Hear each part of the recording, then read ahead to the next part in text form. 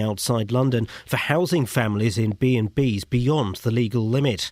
And Milton Keynes reporter Craig Lewis has more. This year, MK Council spent £500,000 more on B&B accommodation than in 2012. But that didn't stop the number of families housed illegally beyond the 6-week limit, doubling to 60. Council leader Andrew Geary told me B&Bs, along with potholes, are its top priority and, if approved, the £150,000 payment would cover a higher than anticipated spend on homelessness. The council also said it will be contacting everyone in B&Bs to ask them to look again at their housing options. Tesco has revealed it threw away almost 30,000 tonnes of food in the first 6 months of this year. It's the first time the Hertfordshire-based supermarket chain has published its food waste figures. Here's Louisa Baldini. Tesco tracked 25 best-selling products and used data from the Waste and Resources Action Programme to find out how much of its produce is being dumped. It discovered that in the first 6 months of this year, nearly 30,000 tonnes of food in their stores and distribution centres was discarded. Salad sold in bags was the biggest loser. Nearly 70% is thrown out, half of that in the home. As a result, the supermarket chain will end multi-buy deals on large bags of salad and will promote smaller bags instead. A man from Bletchley has missed out on his share of a lottery win because he was behind with his syndicate payments. Alan Heisman was off work being treated for cancer when the group won about £20,000. He was £19 in arrears with the payments. In sport, Andros Townsend and Roberto Soldado scored for Tottenham in a 2-0 victory over Aston Villa. And Hertfordshire's Laura Trott won her second gold medal at the European Track Cycling Championships. The weather for Bedtards and Bucks will be cloudy with heavy rain at times this morning, turning milder this afternoon. Top temperatures around 17 degrees Celsius, 63 degrees Fahrenheit. Get the latest news and sport online at bbc.co.uk/3 counties.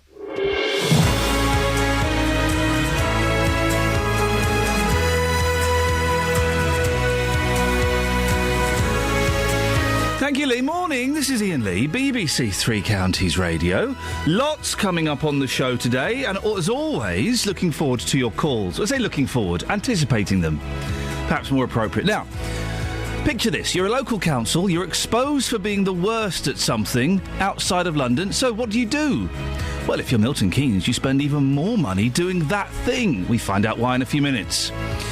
We had a listener complain about the number of people cycling without lights. We stamp out the problem forever.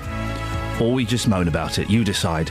And here's one. If you're part of a syndicate in the lottery, you don't pay your weekly fee and they win, do you deserve a share?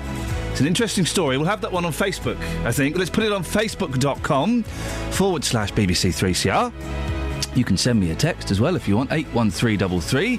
Start your text 3CR. Or you can give me a phone call, 08459 455 555. Across beds, hearts and bucks. This is BBC Three Counties Radio.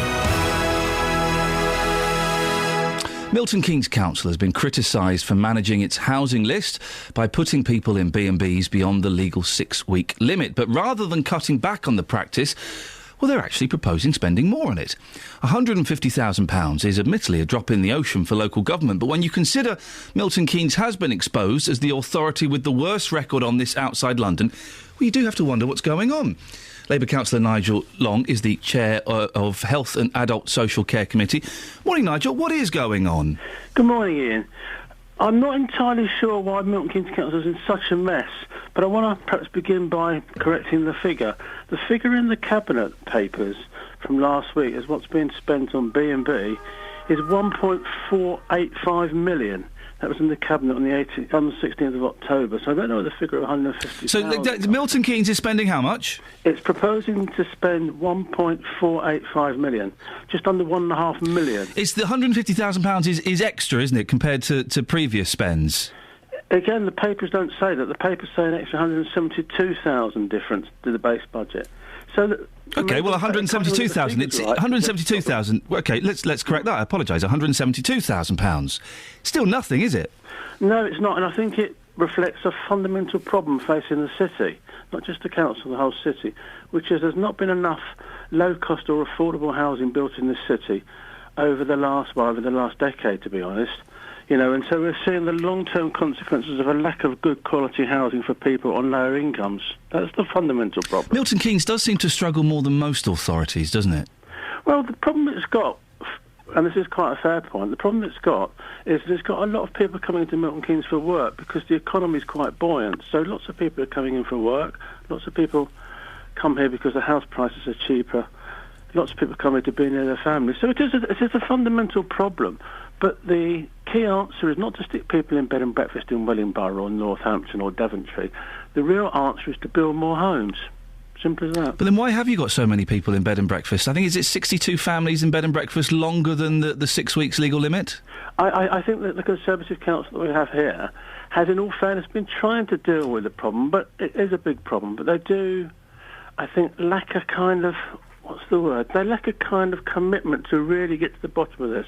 I know years ago when I was responsible for housing, we actually stopped using bed and breakfast, and the reason why we did that was because we were absolutely committed to it. I think this council needs to, if you like, put its finger out. It needs to do two things. It needs to remove the need to put people in B&B outside of Milton Keynes, so it uses temporary accommodation inside Milton Keynes. It needs to make sure that new build housing programme is huge, not just a few properties, a few hundred properties. So you're saying, Nigel, you're saying that the Milton Keynes Council isn't committed to solving the problem of homelessness? Well, I think the problem is that we've had such a problem for such a long time, and we're performing so poorly compared to other councils outside of London, that you have to come to the conclusion they're just not doing enough. I mean, one of the things they're doing is sticking people in one-bedroom flats, and that is a short-term bit of nonsense, because at the same time as sticking people in one-bedroom council flats, it wants people to move out of houses into those one-bedroom flats because of the bedroom tax. So you've got a couple of government policies coming together that are causing problems. Bedroom tax, lack of investment in low-cost housing, and this council is just not getting its finger out and stopping people being placed outside of Milton Keynes and B&B. What does the council need to do, Nigel? Spend even more money? What can they do to solve this? I think what they need to do, first and foremost, is stop London councils placing people in bed and breakfast here in Milton Keynes or in temporary accommodation here in Milton Keynes. Something like 8 or 9 London boroughs are trying to secure properties in Milton Keynes for the private rented sector for homeless families from London. I think Milton Keynes Council needs to sit down with those councils and say, enough is enough, you can't do that. So that's one thing it needs to do, and that would then free up some private rented properties in Milton Keynes for families who are homeless. And why do Milton Keynes accept these people from London boroughs? Is it financial, or are they forced to? Well, they don't have a choice in a sense, because what's happening is that London boroughs, and I can name them all, places like Barnet, Kensington, Chelsea, Westminster Council, actually quite wealthy areas, are liaising with private landlords in Milton Keynes. They're placing adverts in papers in Milton Keynes saying, we want your private lets. They get a private let, they then place the person who's homeless in their borough into Milton Keynes. The other problem there is what happens is that after 6 months when those lets finish, those people then become the responsibility of Milton Keynes.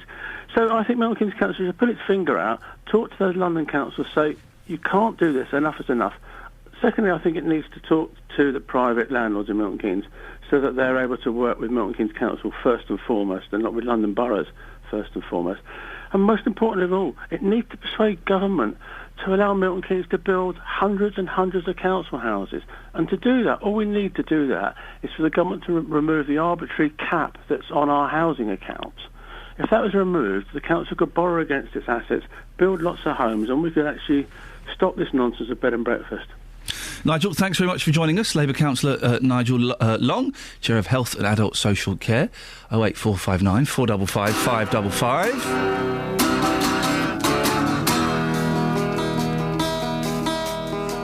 In the club down in Old Soho, where you drink champagne and it tastes just like cherry cola. C-O-L-A cola. She walked up to me and she asked me to dance. I asked her her name and in a dark brown voice she said Lola. L-O-L-A Lola.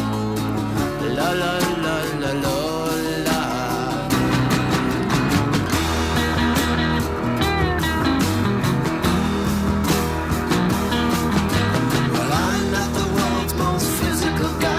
She squeezed me tight, she nearly broke my spine. Oh my Lord.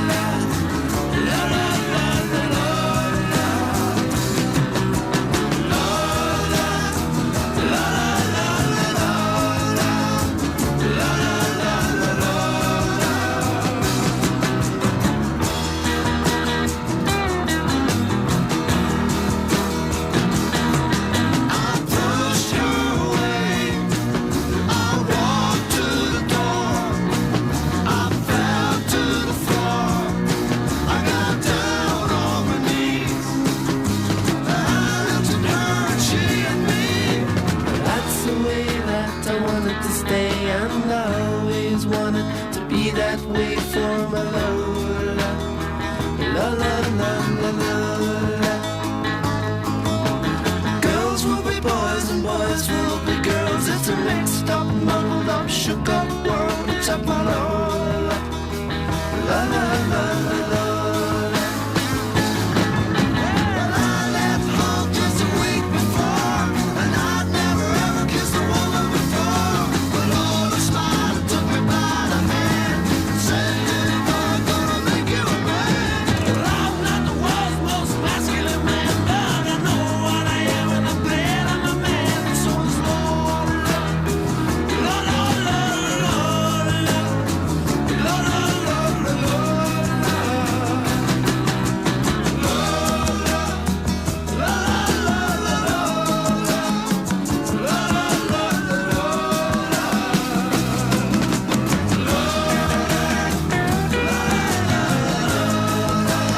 Davis has got a book out, hasn't he?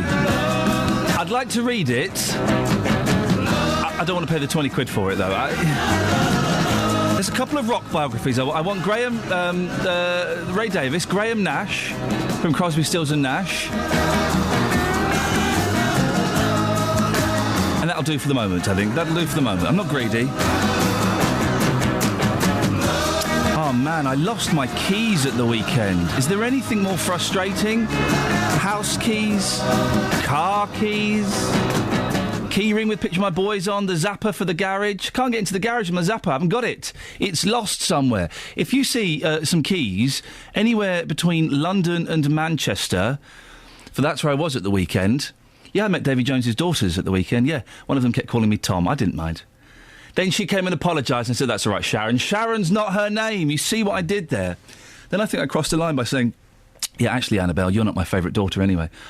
And she said, oh, I said I was joking. A bit tense after that. Never spoke again. Never mind, doesn't matter, it's fine, it's fine. But if you see, is there anything worse than losing your keys? Yes, I tell you what's more annoying is losing your telephone with all of your phone numbers in it. That's more annoying, but only just. To get car keys made, it's like 200 quid or something, isn't it? For them to cut a car key? I sniff a scam going on there, dear motor vehicle manufacturers. 200 quid for a car key? You've got to be joking. Anyway, that's my personal rant. 08459 455 555, 6:15, BBC Three Counties Radio. Let's get the travel now. Here's Bill Sheldrake. Travel news for beds, cards and bugs. BBC Three Counties Radio. Morning, well, for a good start so far this Monday morning. Happily not too much going on. I'll be checking those motorway cameras, the M25, could see hold-ups later on. Junction 23, South Mims, up to Enfield, Junction 24. They do lots of work along that stretch, but nice and quiet so far across Luton. Dunstable and Watford, if you use the train to get to work, again, still looking absolutely fine. Bill Sheldrake, BBC Three Counties Radio. Thank you very much.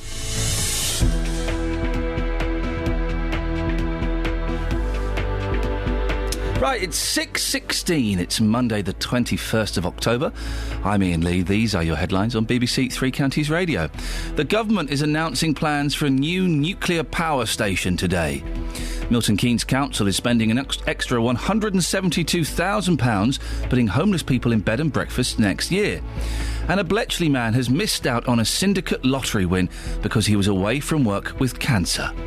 The weather will be cloudy this morning with heavy rain. Coming up, cyclists. Love them or hate them, they should be displaying their lights. Oh, we've had a complaint from a listener, and not all of them are doing that. Naughty, naughty, naughty. BBC Three Counties Radio.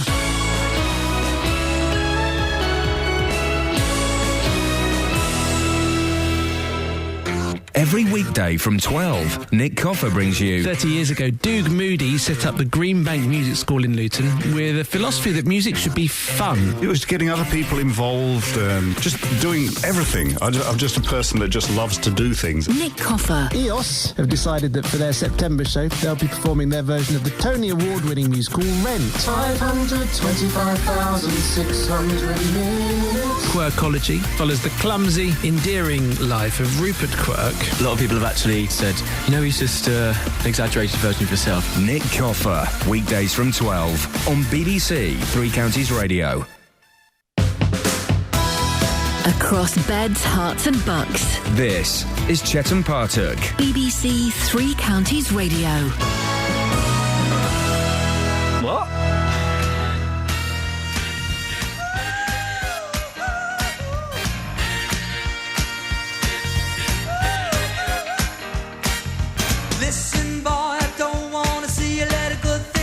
away. You know I don't like watching anybody make the same mistakes I made. She's a real nice girl and she's always there for you. But a nice girl wouldn't tell you what you should do. Oh, listen, boy, I'm sure that you think you got it all under control. You don't want somebody telling you the way to stay in someone's soul. You're a big boy now and you'll never let her go. But that's just the kind of thing she ought to know. Tell her about it. Tell her everything you feel. Give her every reason to accept that you're for real. Tell her about it. Tell her all your crazy dreams. Let her know you need her. Let her know how much she means.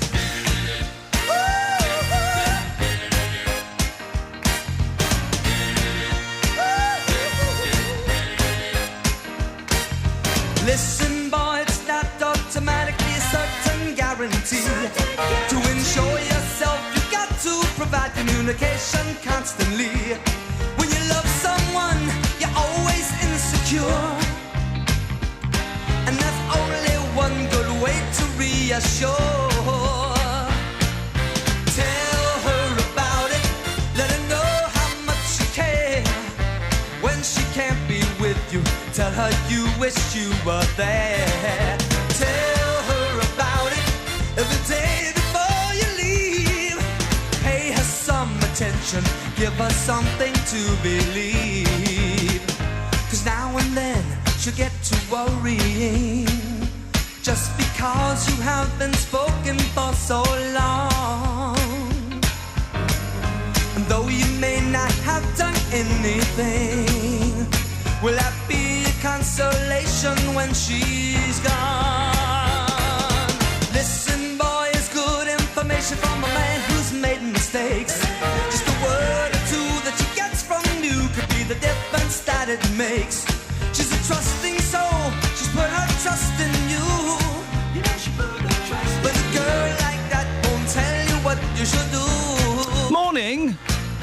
Tell her about. This is Iain Lee, BBC Three Counties Radio. If you want to get in touch, facebook.com/BBC3CR. You can send me a text, 81333. Start your text 3CR. Tell her all your crazy dreams. Or, of course, you can give me a call, 08459 455 555. Now, as I say, we're always looking for stories from you, dear listeners. If something is happening to you, or you spotted something, or something's got you angry or made you happy, then do get in touch using any of those ways I've just given. And you could be, your story could be featured on the show. Well, on Friday, Stuart from Kempston contacted us about the number of cyclists on the roads without lights when he goes to work. And he wasn't sure if it was illegal or not. Well, we'll speak to Stuart after 7 o'clock to find out exactly what happened. We have checked, and it is an offence not to display lights. In fact, in the last year, Thames Valley Police, which covers Buckinghamshire, issued 349 fixed penalty notices for cyclists not displaying lights.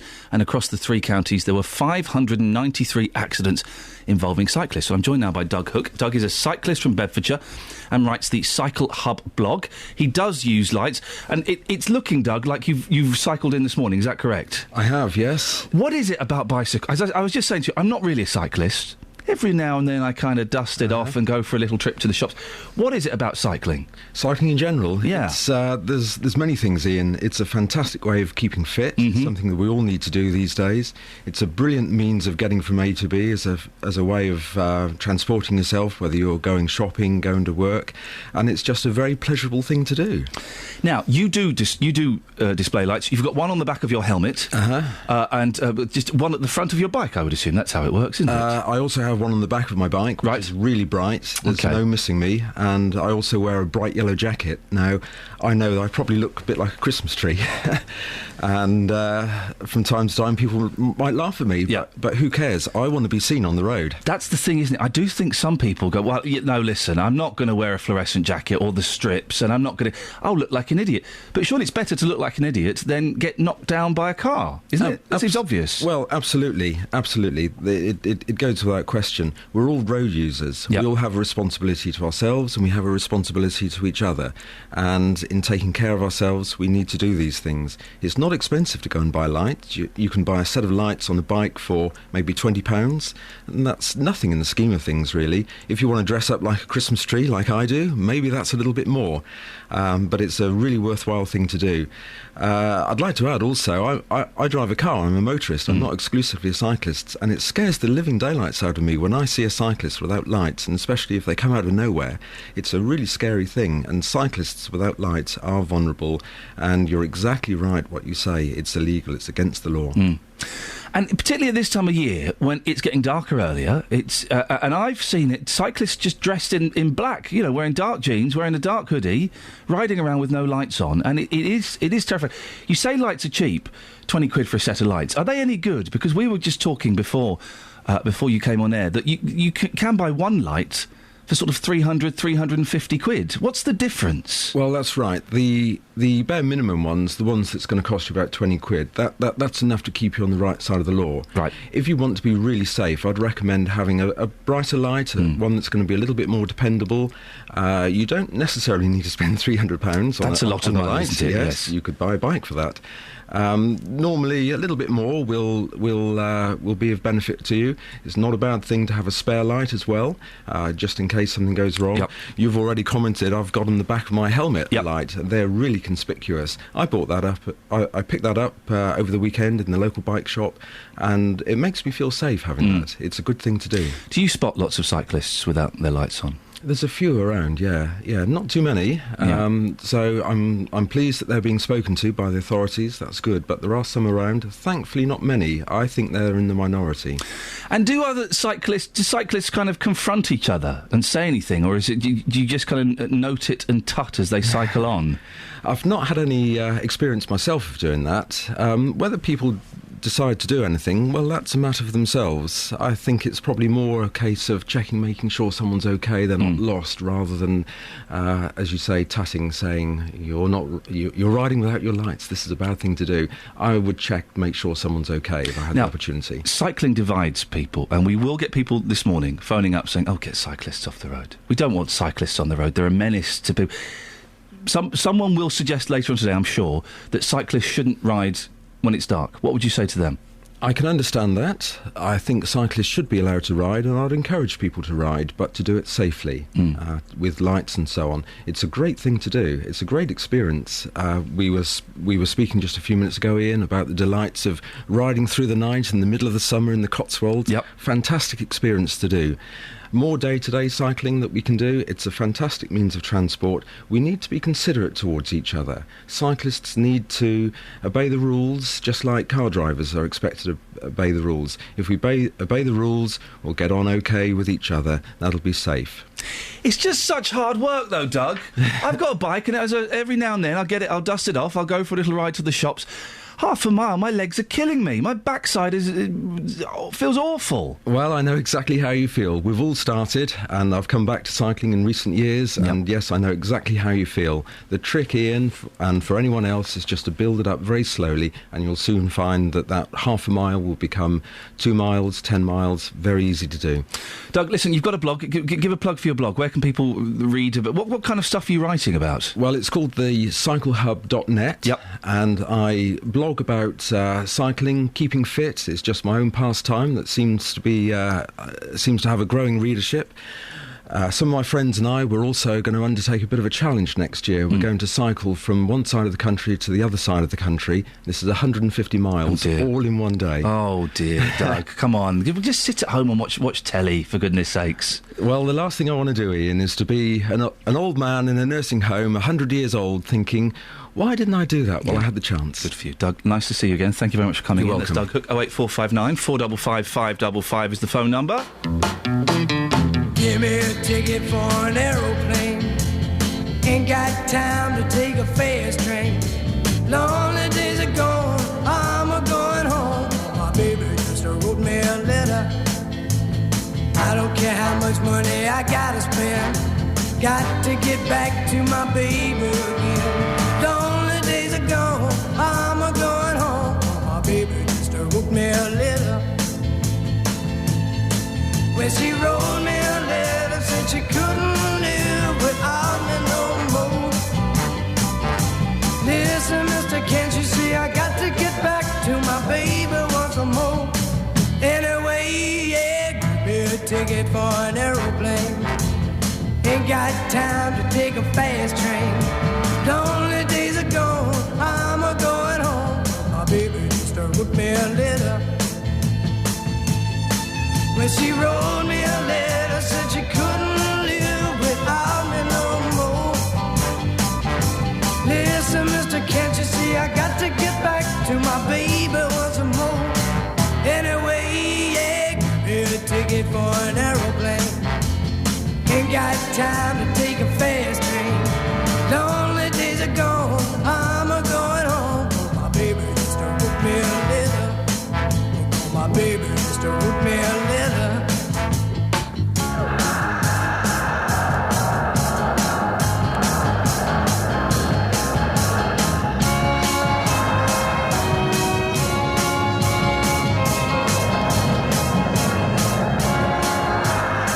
Cyclists without lights, have you seen them? Do they get on your wick?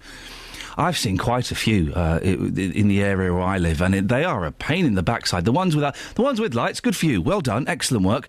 The ones without lights, what on earth can we do? 08459 455 555. Travel news for beds, cards and bugs. BBC Three Counties Radio. Just checking those motorways, all looking fine so far, including the M1 and the M25 up from junction 19 if you're heading clockwise in the Heathrow direction. Watford looking nice and quiet as well, so basically no reported problems. And public transport, all looking fine. I've been checking those commuter routes heading into London, Euston. That's all looking absolutely fine. Bill Sheldrake, BBC Three Counties Radio. Across beds, hearts and bugs. This is BBC Three Counties Radio.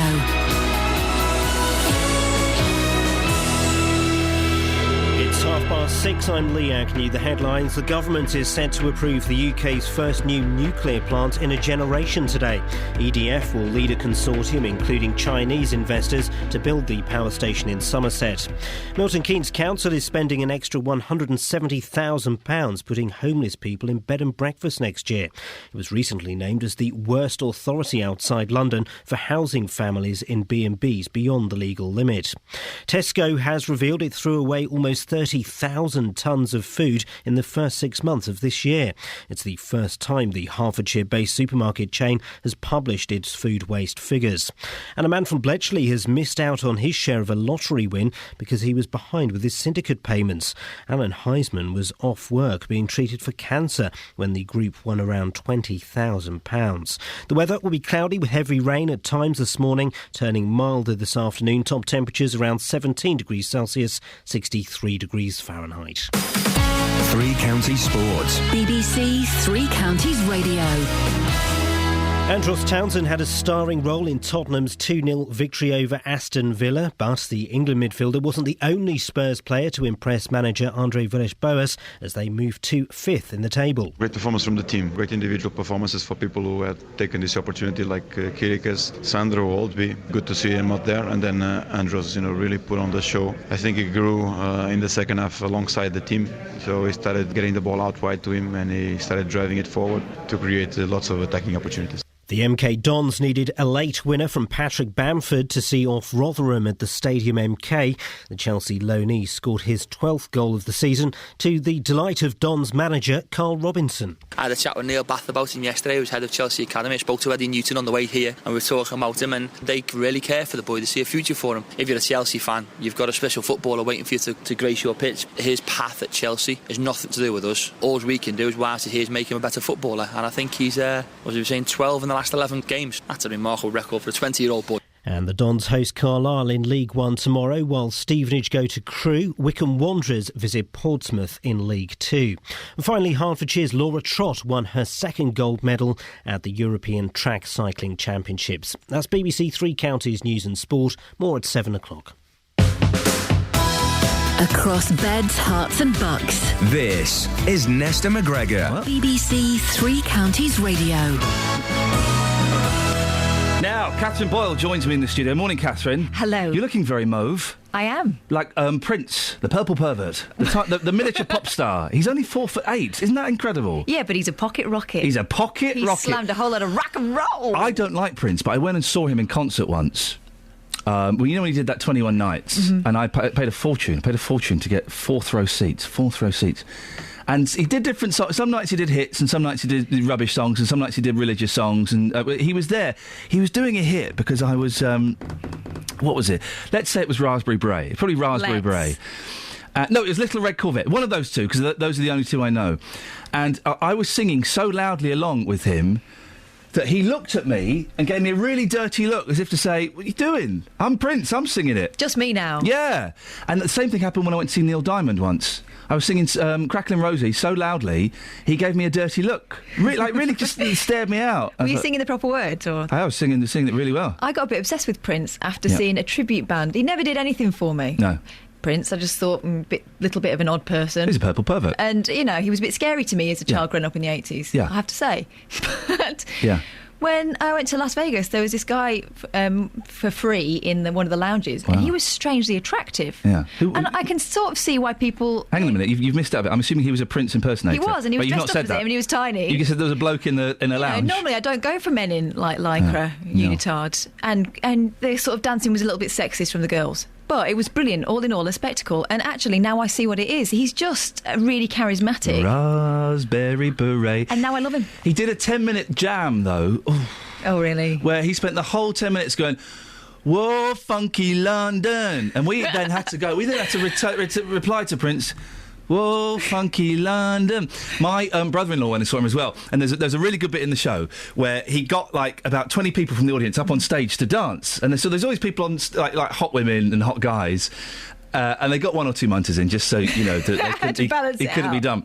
And they're all like, "Whoa, we're on stage with Prince, this is all..." And they're all kind of dancing, and some are going up and dancing with him, and some are dancing with the backing singers. And my brother-in-law and sister saw him. And they got these people up on stage, and everyone's dancing.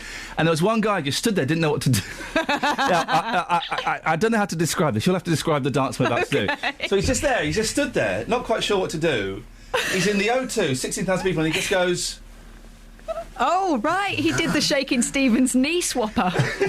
He had his hands on his knees, he put his knees together, so the hands swapped on the other side. That's all he could do. Brilliant. That's not very funky London, is it? No, because when you listen to Prince, you have to put your stink face on. Yeah. Don't you? That. Yeah, you've got to get down and nasty, girlfriend. Yeah, love Prince. Right. I love Prince. The newspapers. Yes. What have you got? Something that might make you put your stink face on. Head who told parents not to smoke at school Gates is hit by hate campaign. Not hit, just hate campaign. Hate campaign. A head teacher, this is from the Daily Mail, thanks Daily Mail, a head teacher sent in to transform a failing primary has become the victim of a hate campaign after asking parents to stop smoking at the school gates. Good for her! If you're going to stop smoking once you get into the school gates, then surely you do have sort of a decency barrier. So why do you think the kids can't see you if you're the other side of the railings? Well, there was a school last week, which you probably missed because you weren't here, where they would confiscate cigarettes off the kids, right? Then at break time, they give them the fags back! What? They were giving the fags back to 11-year-olds. Yeah, oh, yes. And they said, because the argument was... that we know what it's like dealing with, with nicotine withdrawal, so the kids focus more if they're smoked up. That is bonkers, isn't it? It's absolutely screwy. But also, parents smoking outside schools, just don't do it. I know. Can I just say, I do think if you're a parent and you smoke, that's kind of a child abuse, isn't it? That's kind of an abuse. The back of the car thing, I can't understand. I also don't understand how you can smoke and then hold... a beautiful newborn baby, bring that baby to your nose, smell the baby powder and all the lovely smells and some of the nasty smells as well, but don't make it stink of fags, for heaven's sake. There's a brilliant... the pastors is like a foreign country, they do things differently there, and I watched a brilliant documentary about Marty Feldman, the goggle-eyed comedian, and it was kind of about 1969, and there's a brilliant shot of him where he goes to a school, he's trying to find out what comedy is. And he goes to a school and he's talking to these kids like 6 or 7. So he's crouched down with these 6 or 7-year-olds. And he's got a fag on. So what do you find funny? Yeah? OK, interesting. It's brilliant. So odd, isn't it? I'm still trying to wean my daughter off the pretend cigarettes because she's seen people smoking. Stick a Winnie the Pooh plaster on her. That'll... the patches. That'll stop go her. That way. I'm quite looking forward to talking to smokers. Is that a fag or is that a pen? That's a fag on. That's Peter O'Toole on the front page. Of course it's a fag on. Right, he was a very handsome man, wasn't he, at one point? Beautiful. Still kind of dignified and slightly demonic. Peter O'Toole has decided that he's not going to be joining in with the National Theatre's 50-year celebrations because he's 81 and he can't be bothered. Yeah. I'm quite looking forward to those years when I can just tell people to get lost. Hello, is that Peter O'Toole? It's the National Theatre. We thought you might like... Jog on, National Theatre, jog on! I've done my bit. There's the Express, a very British problem. It's a list of things. Rob Temple has compiled a collection of some of our most acute embarrassments, extreme awkwardness and cringe-making insecurities, OK? So this is what we do. I identified with a few of these. Realising you're in the process of exiting a busy lift on the wrong floor, ploughing on regardless. Yeah, you have to. Of course you do. You can't oh, no. So straight out. And you can't start making those noises that, Yeah. Just get out. Get out and Style do it out. Pausing your conversation for the duration of a journey in a crowded lift. Discovering that your reserved seat on the train has been occupied by someone who looks quite settled, so you decide to stand. That's what we do, isn't it? Being tempted to allow your bladder to explode rather than wake a fellow plane passenger. Here's one. This is a great one. I do this. Coughing when walking down a pavement at night to indicate to the person ahead of you that you're there and that you're definitely not going to attack them. The result, they immediately think you're going to attack them. You do that, don't you? I think that might be a man-woman thing. Yes, man-woman. People rarely think I'm going to attack them, unless they're right. You're quite... you've got... Oh, no, I've started this sentence. You've got big hands.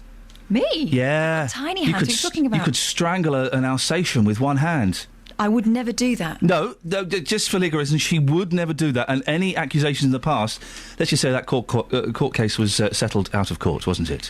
One more story, Big Hands. I have not got big hands. What are you talking about? I've got dinky, tiny, actually freakishly small hands. You do? I do wear children's gloves. Oh, my God, they are tiny, look. Yep. How do you do that?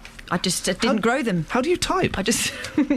fast and nifty. You got one more? I haven't got any more. Oh. Hang on.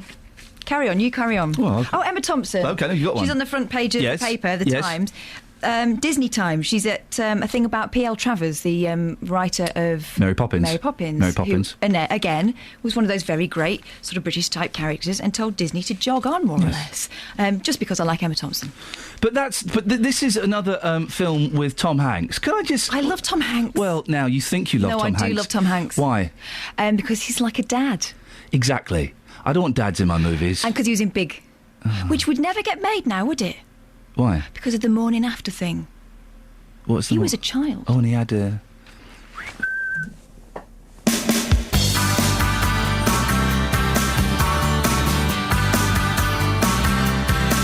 I've had relations with girls from many nations. I've made passes and women of all classes. And just because you're gay, I won't turn you away.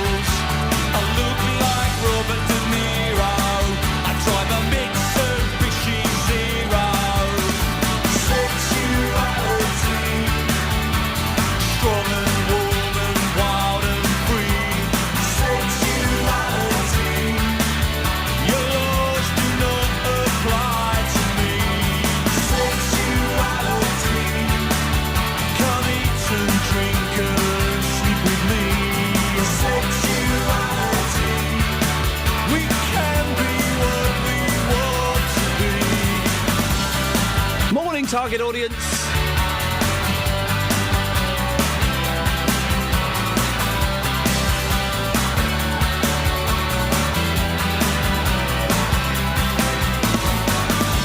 I don't get Tom Hanks. That wasn't Tom Hanks, that was Billy Bragg. I kind of get him. But Tom Hanks, he's nice. He's like a blank canvas and we project what we want onto him. He doesn't act. We just project onto him all of the roles that he plays.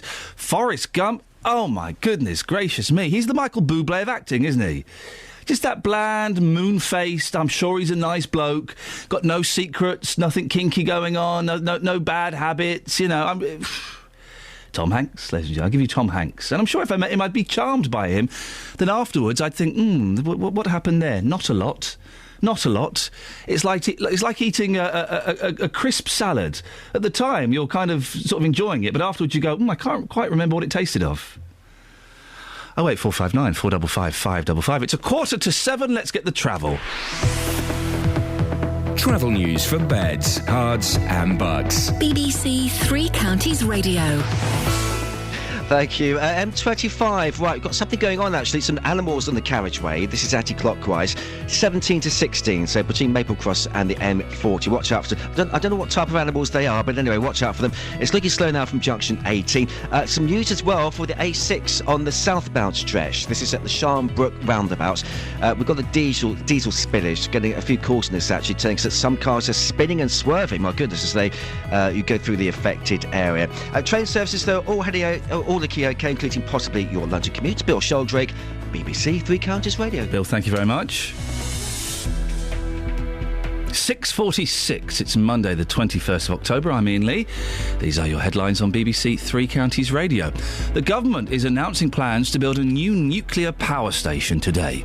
Milton Keynes Council is being criticised for planning to spend even more money putting homeless people in bed and breakfast accommodation. And coming up, a man from Bletchley has missed out on a syndicate lottery win because he was away from work with cancer.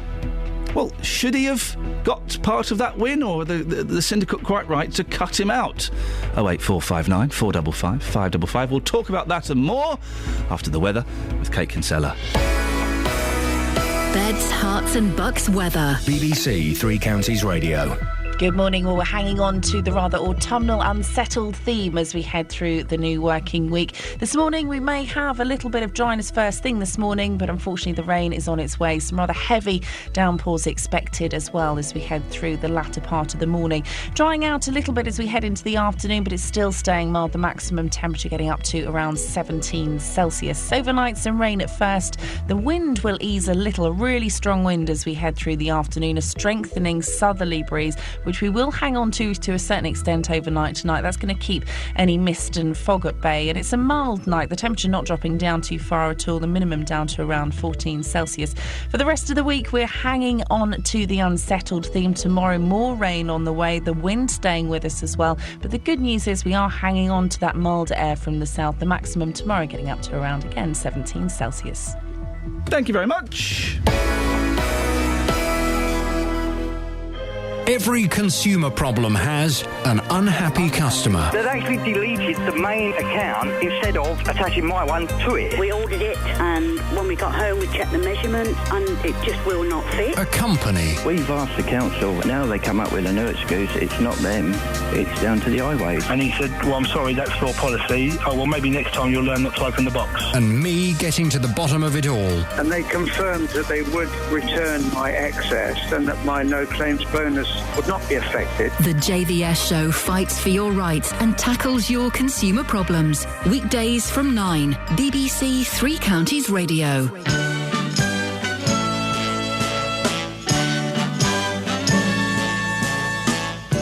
Once I believed that when love came to me,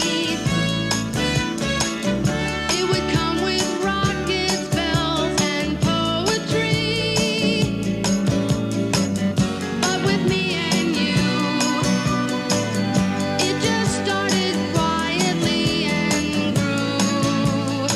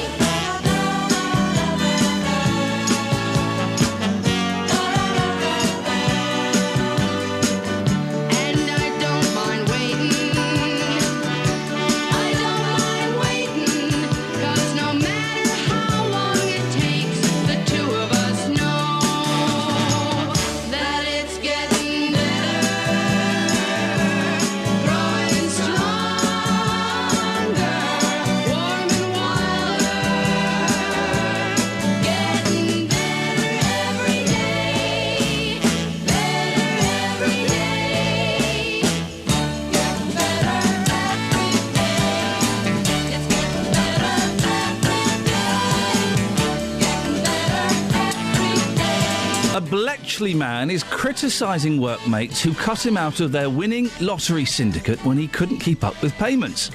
Alan Heisman heard his colleagues had won £20,000 while he was off work undergoing cancer treatment. And while he admits signing an agreement that non-payment of syndicate fees would lead to expulsion, he feels they should have given him his share of the winnings. It would have been about £2,500. Well, Paul Gilbert is a solicitor. Paul, he's signed himself out of the deal, hasn't he? Basically, Ian, you're absolutely right. And in a way, this is precisely why having a written agreement, as this syndicate had, is such a good idea, because it deals with these sorts of situations. I think often when people get into an arrangement like this, they think, oh, we don't need a written agreement because we're all good friends, we're not going to do anyone down. But then you get a situation like this, and as you rightly say, Ian, the agreement says if you don't pay, then you get then you're expelled. I think the interesting question is, were they still buying his ticket? Be interesting to know that, because that may put things in a slightly different light. But on the face of it, he's got a problem. It's tough, though, isn't it? If I got together with Catherine here and Kelly Betts and Justin Dealey and Paul Scoynes and we said, hey, let's join that idiot's tax. Let's do a lottery syndicate. But for one of us to bring up signing a contract, though, it would be a little awkward, wouldn't it? Yeah, well, it would, and in fact, but you see, in a lot of ways, Ian, I mean, it's a bit like, why do people sign, or why do we have prenuptial agreements?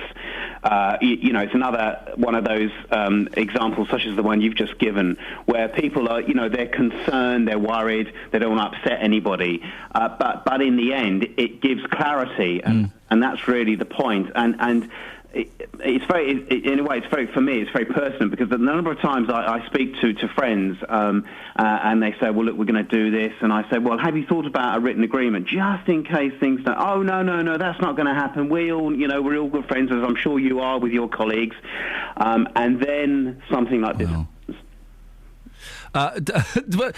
This fella had cancer, though, Paul. Is there not a certain sense of, let's give, he's been off sick, he's been very poorly, he's been undergoing treatment?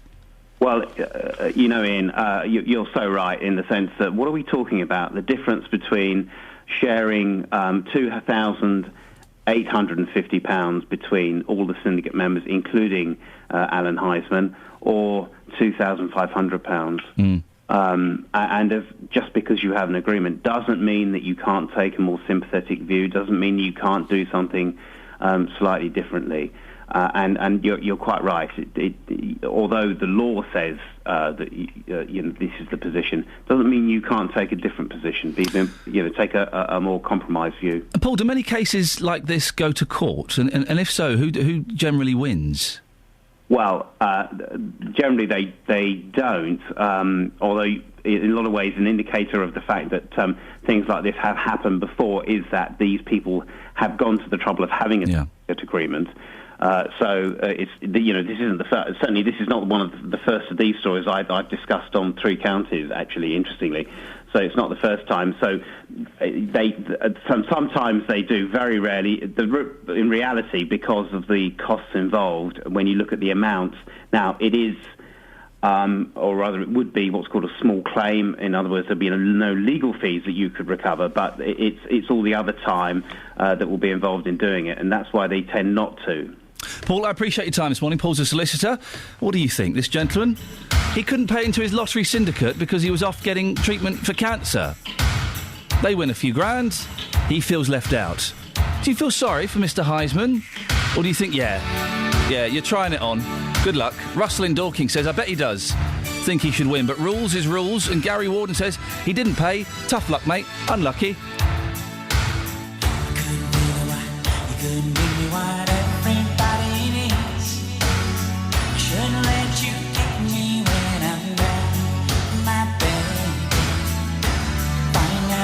Everybody knows that you've been using me. I'm surprised you let me stay around you. One day you're gonna lift the cover and look inside your heart. We got a little bit before we go, but that is a lot of fun.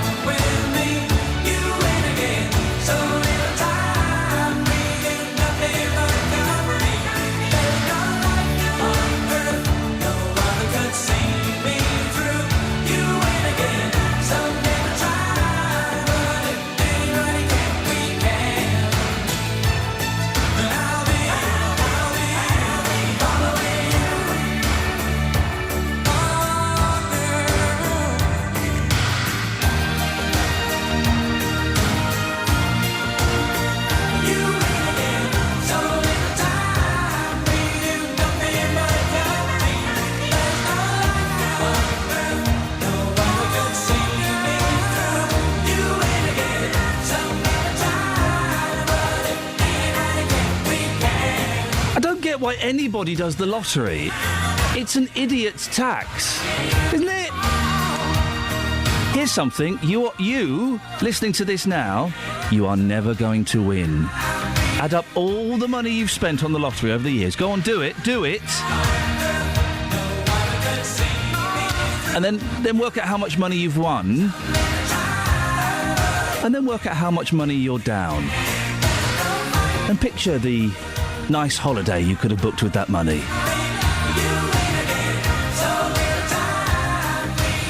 Don't touch it. 08459 455 555 is the telephone number. Right, coming up to 7 o'clock, let's get the latest travel. Travel news for beds, cards and bugs. BBC Three Counties Radio. Well, there were some animals in the carriageway. Where is this? It was the M25 anti-clockwise, 17 to 16, but they have left you queues, though. I think they've disappeared right now.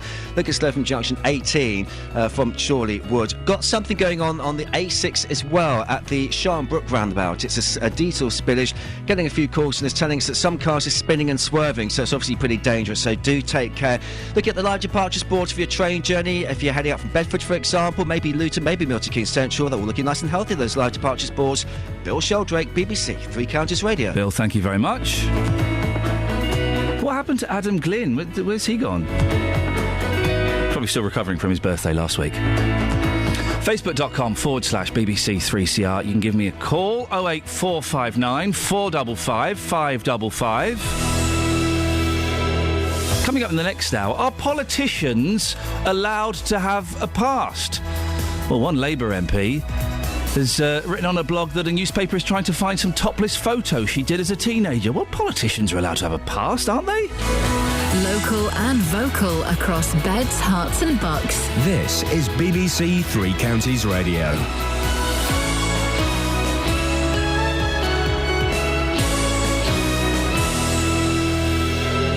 It's 7 o'clock, I'm Lee Agnew. The headlines: plans for a new nuclear power station, more money to house the Milton Keynes homeless in bed and breakfasts, and a Bletchley man misses out on a syndicate lottery win. BBC Three Counties Radio. The government has announced the UK's first new nuclear plant in a generation. The French-owned energy firm EDF will lead a consortium, including Chinese investors, to build the power station in Somerset.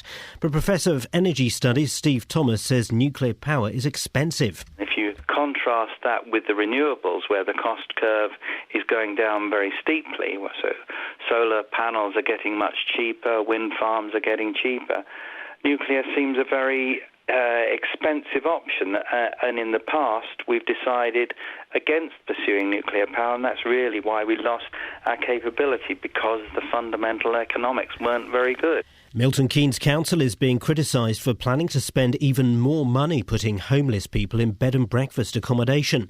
Recently it was exposed as the worst authority outside London for housing families in B&Bs beyond the legal limit. Labour councillor Nigel Long, who's chair of the council's Health and Adult Social Care Committee, says it's a situation that's been brewing for some time. I think it reflects a fundamental problem facing the city, not just the council, the whole city, which is there's not been enough low-cost or affordable housing built in this city over the last decade, to be honest. And so we're seeing the long-term consequences of a lack of good quality housing for people on lower incomes. Tesco has revealed it threw away almost 30,000 tonnes of food in the first 6 months of this year. It's the first time the Hertfordshire-based supermarket chain has published its food waste figures.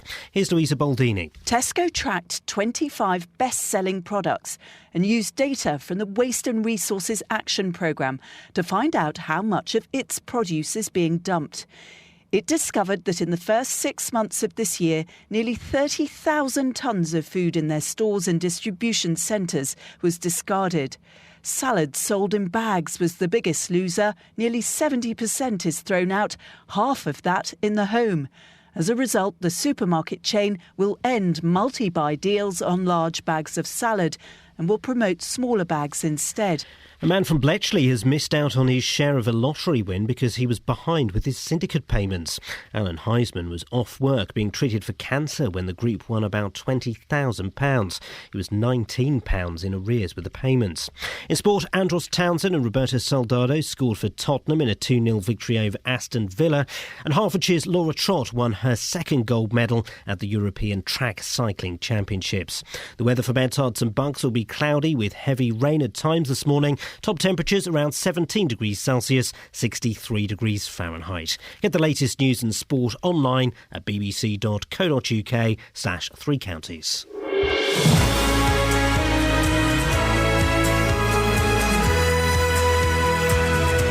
Morning, this is Iain Lee, BBC Three Counties Radio. I'm a little bit breathy. Can you hear me breathing? A bit breathy today. Not another cold. I was in Manchester at the weekend, so I think that's the home of colds, quite possibly. Lots coming up, including this. Picture this. You're a local council. You're exposed for being one of the worst at something outside of London. So what do? Well, if you're Milton Keynes, you spend even more money doing that thing. We find out what and indeed why in the next few minutes. We had a listener complain about the number of people cycling without lights. So on the show this morning, we're going to stamp out the problem forever. Or just moan about it a bit. And if you're part of a syndicate and you don't pay your weekly fee and they win, do you deserve a share? OK, how about if it's because you're in hospital with cancer? Does that change it a bit? Facebook.com/BBC3CR. You can send me a text, 81333, start your text 3CR, or you can give me a call, 08459 455 555. Across beds, hearts and bucks. This is BBC Three Counties Radio. Lots of you having your say on Facebook about this gentleman who missed out on the share of a £20,000 win in his lottery syndicate at work. He was off for several weeks because he was having treatment for cancer. And as a result, he didn't pay his £1 a week or whatever it is these days. The syndicate wins 20 grand. He doesn't get a share. He's a little bit upset.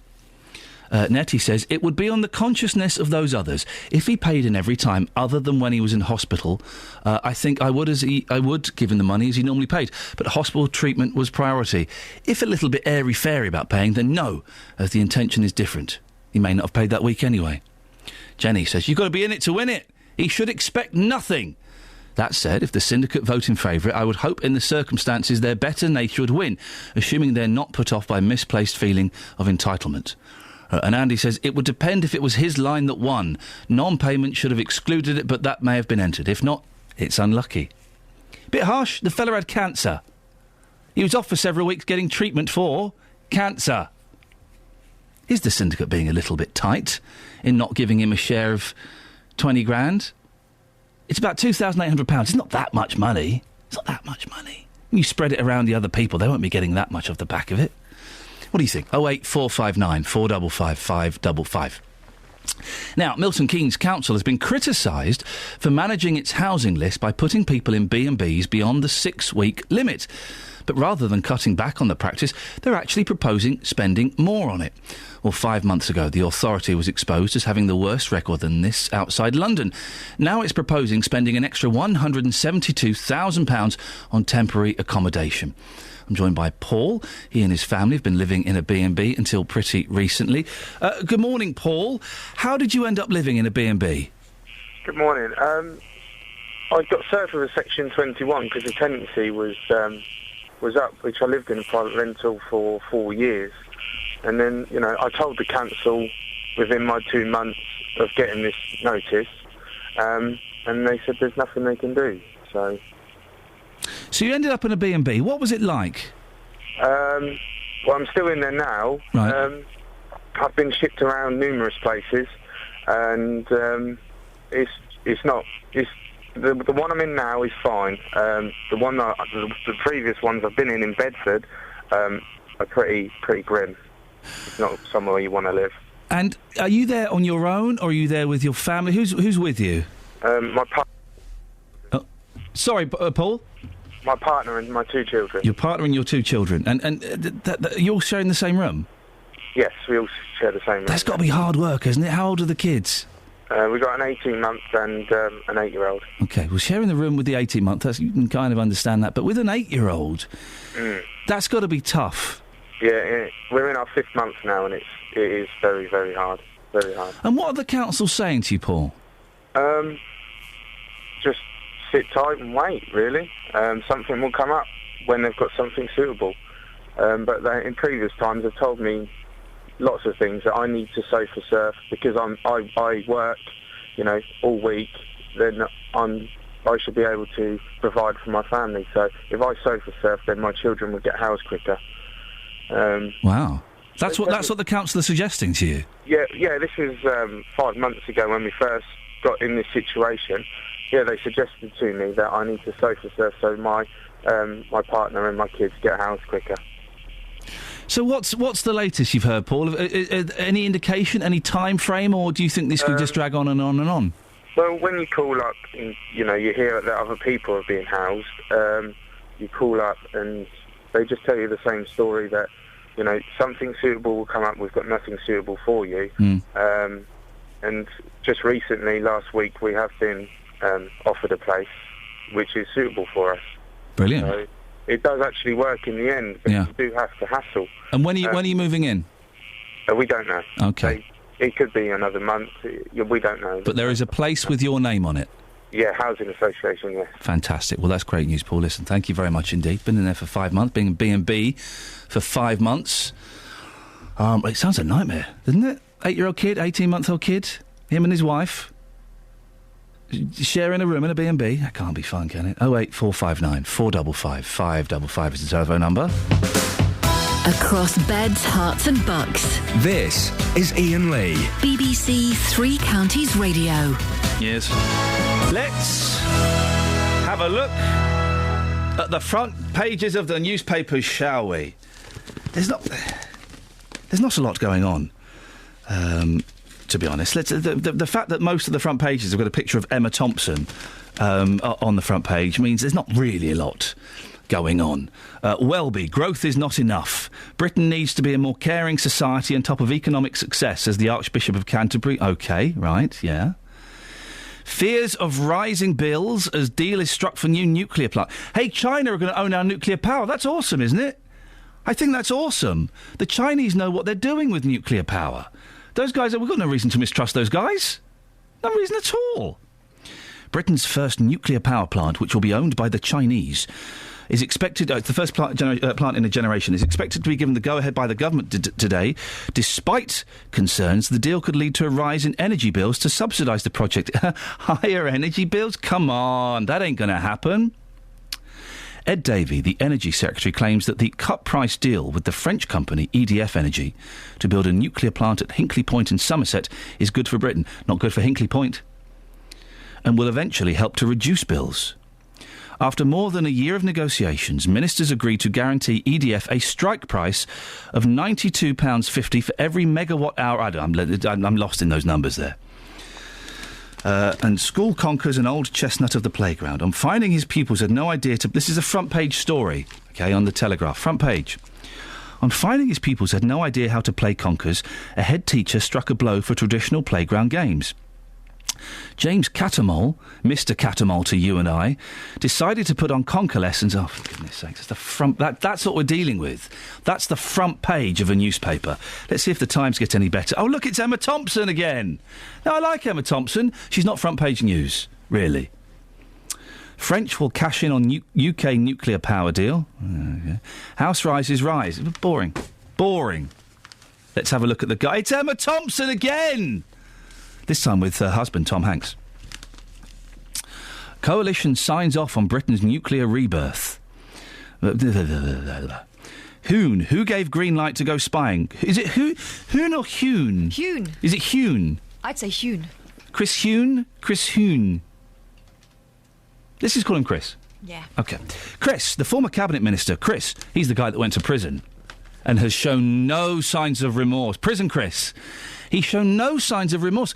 And did you hear his wife on 5 Live last week? Showing no signs of remorse. Show some remorse, you two suckers. I said suckers. You put your own word in there.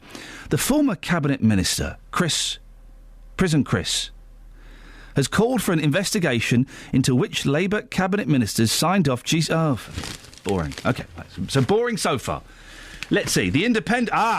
There's no Emma Thompson on the front page of The Independent. It's Peter O'Toole with a fag on while he slips a sock on, elegantly. They've ignored the nuclear power, and they've gone firms running NHS care avoiding millions in tax. Companies receiving lucrative government contracts to run care services, looking after tens of thousands of vulnerable people, are avoiding millions. Boring. Daily Express. There's a picture of a posh girl. House prices soar again. Boring. It's not good. The Daily Mail. Now we get to something. These are two great stories.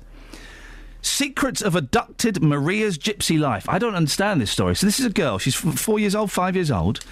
She's found in a gypsy camp in Greece. And her parents go, well, she's ours. What are you doing? She's ours. DNA test? She's not theirs. Where has she come from? Mysterious. 8,000 calls from around the world as charity tries to find family of blonde gypsy girl. That's mysterious, isn't it?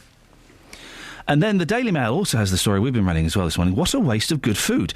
Tesco admits 2/3 of bagged salads end up in the bin as it signals the end of buy one, get one free deals. Who buys bagged salads anyway? Why, Catherine? You put your hand up there. Because we never finish a lettuce. Do you finish a bag? I tend to. No, I don't ever. No, you don't finish a bag. It goes sort of watery in the bottom of the crisper. Yeah. But a lettuce, though? How can you not finish a lettuce? Just never finish one. My husband's a bit of a salad dodger. Yeah. Oh, I see. It's like Unless that. It's the summer months. But, a lot of men don't like a lot of veg, do they? I like a little bit of veg. I'm on a bit of a health kick as well, so I've been getting wraps rather than proper bread. Yeah. And ramming them full of salad. Bit of meat. You feel like you're having a meal. What's a crisper, by the way? That compartment at the bottom, isn't it? Called a crisper? The salad drawer. The salad drawer, yeah. Yeah. You call it a crisper? Well, I think that's how they tried to sell it to us. I don't think anybody else does, but thank you very much for that, Catherine. You're welcome. I'm sophisticated. Sophisticated lady. We do chuck away a lot of food. We try not to, and every time we go shopping, right, we'll only buy what we need. But it's hard not to throw away food, isn't it? Really? Is that bad? Is that shameful? Is that shocking? When there are people starving in the world. Hey, good morning, there are children starving in the world. This world that we live in. And you're chucking away food. I'm doing it as well. Should we feel guilty? Or is that one of the luxuries that we are entitled to in this society? Up to 2/3 of supermarket food ends up in the bin. The Mail continues. A shocking survey. Apparently. Shocking. Tesco found 68% of its bagged salads, 48% of its bakery goods, and 24% of its grapes, go to waste. Much of the food is thrown away by customers, but large amounts are lost because they've been on display too long. Well, naughty on Tesco, go and give it to the homeless. But do you feel guilty for throwing away food? You got some mouldy peppers in the back of the fridge in the crisper. Bit of cheese that's gone off. Well, cheese is mould anyway. Just cut that bit off and eat it. It's fine. Do you feel guilty when you throw away food? I don't feel guilty. I don't think I particularly should feel guilty, unless you can tell me otherwise. 08459 455 555. It's 7:16. Let's get the latest travel with Bill. Travel news for beds, cards and bugs. BBC Three Counties Radio.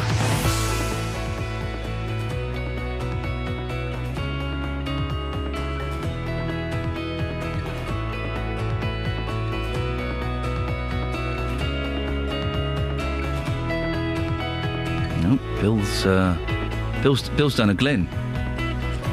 It used to be called a Sophie, didn't it? Doing a Sophie. Now it's called doing a Glyn. Just disappearing. Never mind. Bill, we'll come to you a little bit later on. Don't panic, sir.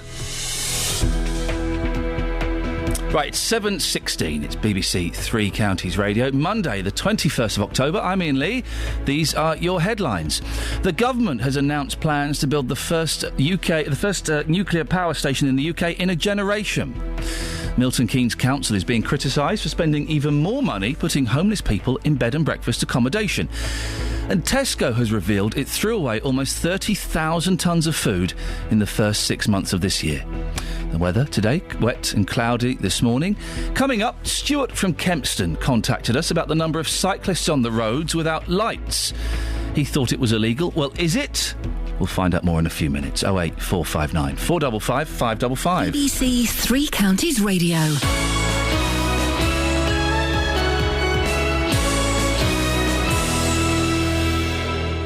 Roberto Perrone on BBC Three Counties Radio. If you're at home, sit back, because this is going to be very, very interesting. You've got the selfie, the legsy, the bumsy. You're going to start that trend. Roberto Perrone. We seem to be heading headlong into war again. We're very keen to stop this from happening. We don't know where this might lead. The lie that took us into the Iraq war could become a shocking truth in this one. Roberto Perrone. Weekdays from 3 on BBC Three Counties Radio. It's interesting, going back to the Tesco story, the food that we throw away, do you feel guilty about it? And you do chuck away a lot, don't you? I bet all of you do. I don't think we'll find one person listening to this show this morning who doesn't throw away a portion of their groceries. Of course you do. We all do. We all buy too much. It's all cheap. It's all tempting, all those offers, buy one, get one free. Oh, I fancy a bit of that, I'll have a go at that. I don't feel guilty about throwing away food. Should I? Can you make me feel guilty? 08459 455 555. But Tesco threw away they threw away 30,000 tonnes of food in 6 months. Now that's quite something, isn't it? That's a significant amount of food. And that would imply a fault on Tesco. That has to be criminal, doesn't it? That is huge, and I'm sure the other supermarkets do it as well, not just picking on Tesco, it's their survey. I'm sure a huge number of supermarkets throw away food, and that is outrageous, I think. They should be doing something a little bit different. They should be managing their food a bit better. 08459 455 555 is the telephone number. If you want to give us a call, you can do. To talk about that. Do you feel guilty chucking away your food? I don't. I pay for it. I can afford it. I should budget a little bit better, perhaps. I should shop a little bit better. But if some of the food goes off and it gets chucked away, well, what's the problem? Really? In the great scheme of things. 08459 455 555 is the telephone number. If you want to give us a call, you can also go to Facebook as well, facebook.com/BBC3CR, or you can send me a text as well, 81333. Start your text 3CR. Call 08459 455 555. BBC Three Counties Radio. 08459 455 555 is the telephone number if you want to give us a call now. On Friday, Stuart from Kempston contacted us about the number of cyclists on the roads without lights when he goes to work. He thought it was illegal. Well, I've just looked outside. It's very, very dark still at 7:20. And it is annoying, isn't it? Cyclists without lights. How are we supposed to see them? Well, Adam Rayner is a motoring journalist. Good morning, Adam. Good morning, Ian. Now, it is illegal for cyclists to travel without bike lights on, but yet I see it, I'm sure you see it so often. Well, it's one of these things that does come and go with the seasons, and of course, along with, I've actually noticed motoring behaviour get a little bit stroppy and grumpier, and the summer's over, and people aren't spacing even their rush hour driving out well. The cyclists' manifestation of that is that they're not bothering to get lights because, well, it's not properly winter yet. And for me, it's on the office run of an afternoon that I've been noticing it, and a little bit afterwards, just people gunning around and no lights. And I get the actual feeling, I wish I could take the image that I can see and show these people's parents because of the cost and effort they've invested in actually raising them to that point, because they're being more than cavalier with it. It's terrifying, the fact that they come looming out of the darkness. That was one on the road on a BMX with a black frame, in a black jacket, with black jeans. and a huge sense of entitlement. I just couldn't believe it. It was but Adam, I bet he looked cool, though, didn't he? I just got a moment's fear, and thank God he was out of the way. But and listen, my father-in-law, who's an excellent cyclist, he tours the world cycling. He's very professional at it. Well, he's not a professional cyclist, but he's very good at it, and he always wears lights. He got hit by a car in the dark, even though he had his lights on. So, the cyclists need to be doing as much as they can to ensure their safety, to ensure drivers' safety, and to make sure that we can see them. Absolutely. The cheapest little accessory is one that even some great big grown-up motorcyclists use it, and it's called a Sam Brown. You don't have to have magical clothing, but this little bit that goes around your middle over your shoulder. Is that the strap type thing? Yes, absolutely. Sort of reflector, belty strip thing. Why is it called a Sam Brown? Do you know, I've no idea. I should look that up. I've got the internet in front of me. If I was a girlie, I could dual task. But exactly. It can't be named after Joe Brown's daughter, Sam. Anyway, should the cyclists, do they need to start taking more responsibility on the roads? Because we're encouraging people, aren't we, to get on their bikes, to save fuel, be good for the environment, all of that. And there are more cyclists around.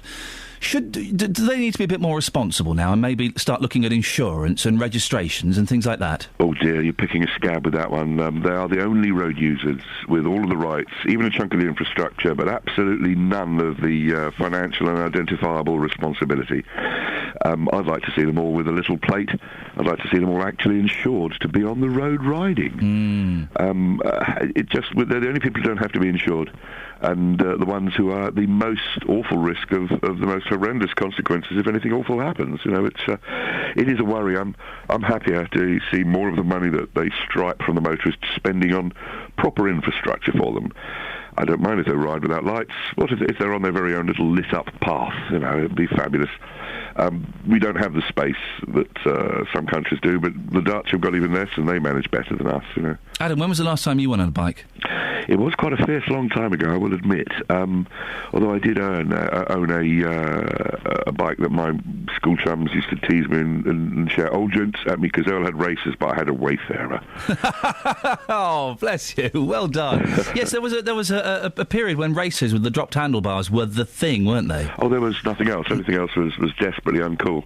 But the advent of the all-terrain bike, and just before that, the BMX. Actually, I was just at the right age to bitterly resent the BMX because I had a bicycle that I used to sort of take to the park, and I damaged my old Wayfarer in the end, sort of jumping it and things, and bent the frame, and it would have been great, but I was just that bit too old. It was like outgrowing conkers and moving to a house with a tree full of them, Adam, thank you very much indeed. Motoring journalist Adam Rayner, always a pleasure. Now, Justin Dealey has been out and about talking to people about this. It's been described as a disgrace, Justin. Yes. At the very least, it's a pain in the backside. What have people been saying about this? Well, the majority of cyclists that I've seen this morning do actually have lights on their bikes, so that's a good thing. We're going to hear from some cyclists who don't in a moment, but at first, these cyclists, they do have lights, and I put the question to this man, what did he think about other cyclists who don't have lights? Here's what he had to say. Well, I don't think it's a very good idea. I always use lights, and I try and use cycle lanes as well. This morning on my way in, everybody had lights on, so it's very, very rare. I guess it's mostly those that cycle on the pavement. I mean, it's not actually an offence, isn't it? It's not, believe it or not. Do you think it should be made an offence if you're riding a bike, you must have lights on? I don't think it's necessary. I think that if you don't use lights, you're being a bit stupid, quite frankly. So do you need to have a law to prevent you from being stupid like that? I'm not sure you do, really. Matt, on your way to work this morning, on your bike, and you have got lights on. Do you often see cyclists with no lights at all? Sometimes. How does that make you feel, knowing that you're doing the right thing but they're not? I feel good, but I'm still worried about them if they're going to crash. What would you say to any cyclist listening to this right now who does go out without their lights on? What is your message to them? Make sure you keep the lights on. Always put your lights on the bike so you're seen. That is excellent advice from that young gentleman. Make sure you've always got your lights on so you're seen. Just to clarify, Justin, I think it is an offence to ride without lights on. It's a very grey area, though, isn't it? Well, I'm not sure. We're getting conflicting advice. If someone knows for sure, 08459 455 555. I think it is an offence, because Thames Valley Police have issued 349 fixed penalty notices in the last year, so that would imply it is. OK. But if anyone can phone up and confirm one way or t'other, please do let us know. Now, you mentioned that you spoke to... Did you speak to someone without lights? Yes, I found a couple of those this morning, so we've heard from the responsible ones. Also been talking and grilling a couple of cyclists this morning who didn't have their lights on when it was dark. Ian, I simply put the question to them, why don't you have any lights? Here's what they had to say. I just haven't. You know, I'm one of these people, I'm afraid, that just haven't got lights at the moment. I'm thinking of getting some because it's getting darker as time's going on, but yeah, I haven't got any lights at the moment. I mean, it's not an offence, but do you still feel safe riding around in the morning? It's dark right now and you haven't got any lights on your bike. Well, I've got high vis on, so so if they can't see me with high vis, they'll go Specsavers, you know what I mean, and get some new glasses. But to me, I don't think it makes a hell of a lot of difference, depending on how you ride your bike. And just a last question on people's attitudes towards you as a cyclist out there. Do you feel like that you are still being abused simply because you're on the bike and motorists feel they own the road and not you? Yeah, they do. I'm afraid they're very ignorant at the moment, and they still are. Drivers are just ignorant now. They don't even care about other cars. You know, they'll pull out in front of a car and won't even look where they're going, and they expect people to stop. Then again, to flip that coin, they might say you're ignorant because you haven't got any lights on your bike. That's a possibility, but I'm afraid, you know, who's got the more power, the car or the bike? And basically, if they knock me down, then, you know, I've got no defence, whereas they have got defence. You know what I'm saying? That's the problem. My mum keeps telling me to. Unfortunately, I do ride on the pavement, so not on the road. I don't feel it necessary. I could wear a high vis, I could have lights. I don't really need them. I mean, what would you say to anybody listening to this who says that you are a danger to our roads because you're not having lights on your bike? Well, there's street lights on 24/7. Almost my whole way, I'm lit the whole way by street lights. If it was too dark for me to see, then it's too dark for them to see. It's too dark for me to see, and I couldn't see. Then I wouldn't be riding there. So anybody who accuses you, and I put this in the nicest possible way, of being an idiot because you don't have any lights on your bike, you would firmly dispute that then? I would firmly dispute that and advise them to stop walking on the path, or strongly advise them to open their eyes when walking. All right, I'll say it. They're idiots for not having lights on their bikes. Well, do you know what? You will be strongly advised by that man to stay off the pavements. Incredible. There are street lights on. You should go to Specsavers, one of the gentlemen said. Get a grip. It's about road safety. You need... These bicycles, they appear from nowhere. You need to be able to see them. And it's not just because so you can see them in front of you. It's so you can see them a little bit ahead of you. It's so you can see them if they're maybe possibly coming around a bend. You can see the lights. You can see them. Ian, I can only talk... They've got me angry, those two fellas, Justin. I know. And a lot of people, I'm sure, will be angry as well. I can only talk from my experience of working with you. Whenever we've gone out and spoken to cyclists, it's almost like the world owes them a favour. Yep. I'm just talking about the people that I have spoken to in the past, and those sort of excuses for me, I'm afraid... they don't wash with me, because when it's dark, you know, particularly in October, moving into winter, if you're a cyclist, if you're out and about in the morning, you do the responsible thing. You go out and buy lights. It's not exactly expensive. You put them on your bike so everyone can be safe. The fella who's saying, oh yeah, if a car hits me, the car's got more protection than I have. Well, that's the argument for having lights on, so there is less chance of the car hitting you. Cyclists need, and I listen, I'm not anti-cyclist, I'm kind of indifferent really, but cyclists like that get on my nerves. They need to take responsibility for what they are doing. Ian, it's not rocket science. If it's dark and you're on your bike, you have lights on. It's as simple as that. I don't see what the problem is. I thought you were going to make that rhyme. If it's dark and you're on your bike, you need to have lights. If you like. Rhyme before 9. Yeah, great. Justin, that was cracking. Do you know what? We'll play that second piece a little bit later on, because I need to hear those two gentlemen again. What arrogant muppets. What a ridiculous attitude. Travel news for beds, cards and bugs. BBC Three Counties Radio. Got some long queues for the M25, anti-clockwise St Albans at 21A, right up to the M40. There were some horses on the loose earlier on, that's the reason for that. Looking slow, London-bound M1 as well, from Flitwick, Junction 12, up to the Luton Airport Spur Road. And watch out for diesel spillage as well, southbound A6, this is just by the Sharnbrook roundabout. A bit of public transport news for you with the train's disruption on First Capital Connect between Blackfriars and East Croydon. That's because of the late finish of engineering works between New Cross and London Bridge. That might affect your journey, or certainly have a knock-on effect. Bill Sheldrake, BBC Three Counties Radio. across beds, hearts and bugs. This is BBC Three Counties Radio.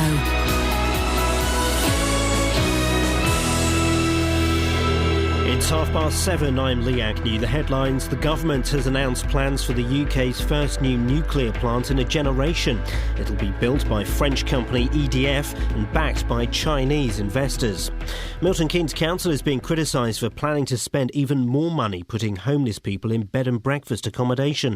It was recently named as the worst authority outside London for housing families in B&Bs beyond the legal limit. Tesco has revealed it threw away almost 30,000 tonnes of food in the first 6 months of this year. It's the first time the Hertfordshire-based supermarket chain has published its food waste figures. And a man from Bletchley has missed out on his share of a lottery win because he was behind with his syndicate payments.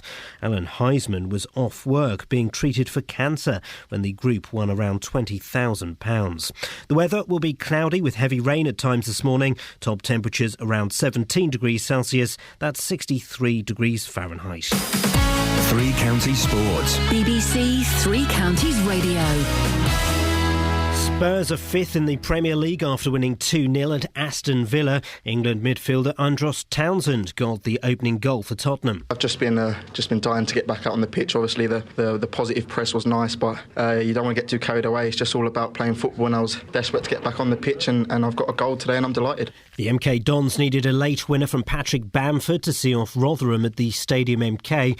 The Chelsea loanee scored his 12th goal of the season to the delight of Dons manager Carl Robinson. I had a chat with Neil Bath about him yesterday, who's head of Chelsea Academy. I spoke to Eddie Newton on the way here and we were talking about him, and they really care for the boy. They see a future for him. If you're a Chelsea fan, you've got a special footballer waiting for you to grace your pitch. His path at Chelsea has nothing to do with us. All we can do is whilst he's here is make him a better footballer, and I think he's, what was he saying, 12 in the last 11 games. That's a remarkable record for a 20-year-old boy.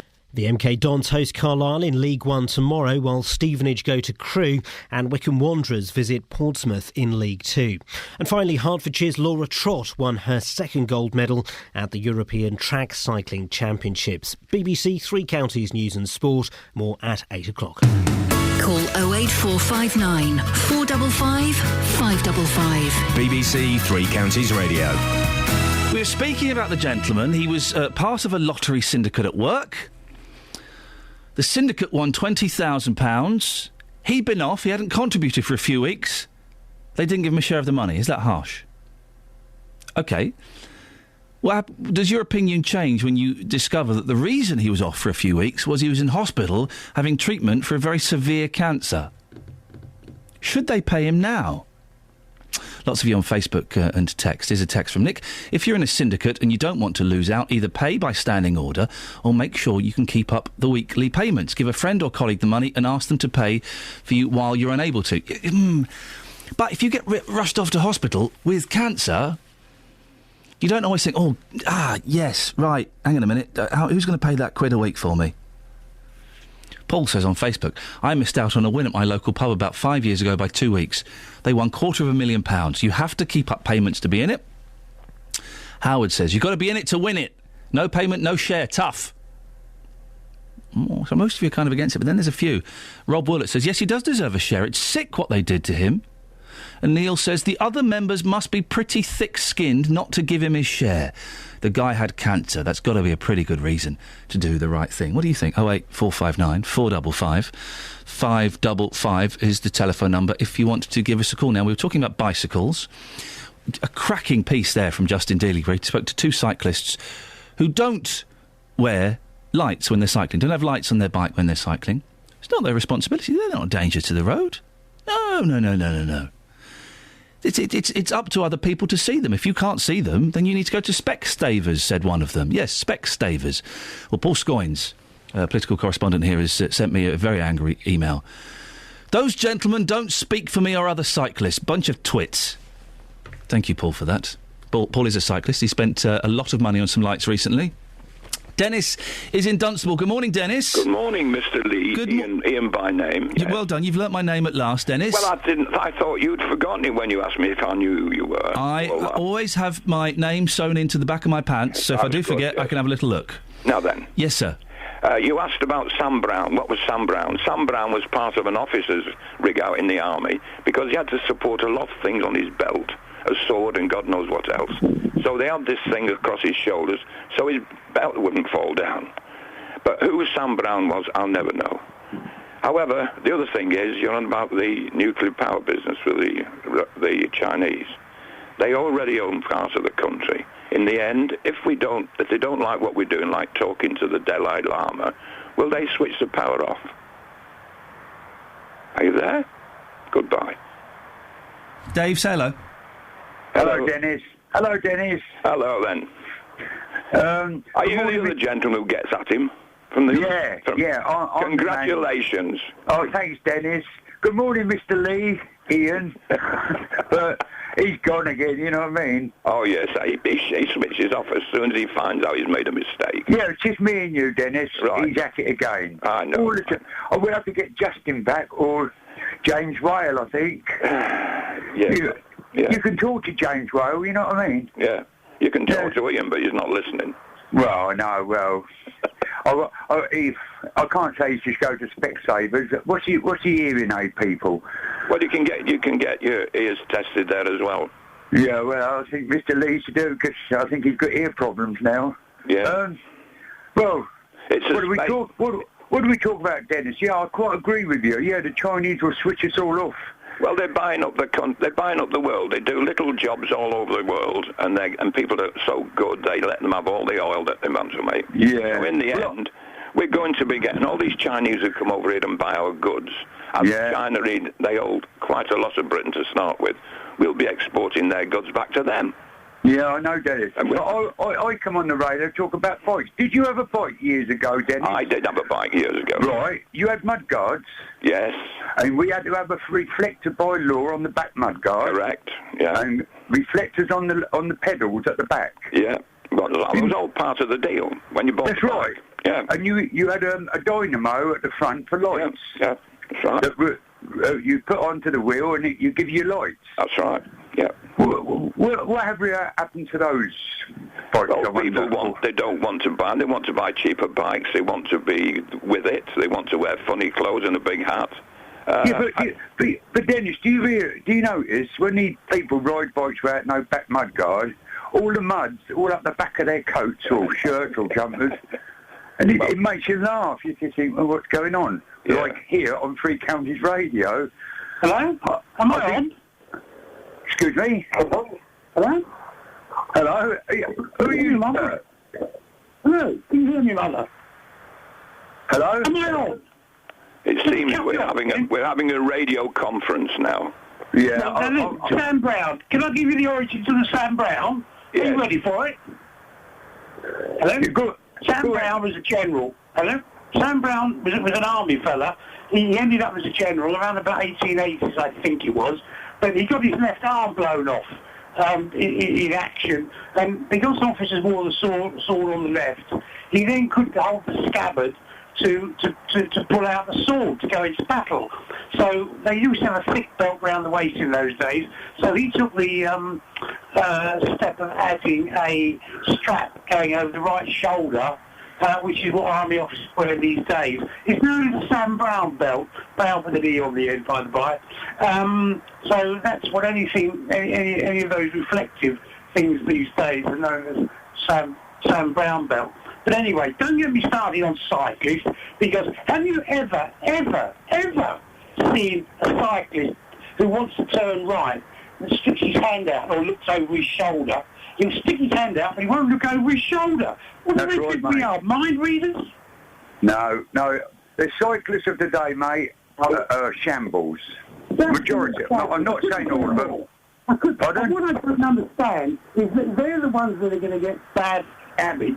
Not that I wish to run them over, although those of them probably deserve it, but they just stick their arm out, turn right, and they don't look over their shoulder. I don't understand it. I really don't. No, I wonder how many more Mr. Lee's going to put on. We'll be about 6 of us in a minute. It'll be Dennis, you, sir, and me. Did that general, when he had his arm blown off, how did he cycle then? Which arm did he stick out to go round corners? I don't know, Dennis. Yeah. Anyway, we've done Anyhow, your job. nice talking to you, sir. And you, Dennis. Sorry, same to you.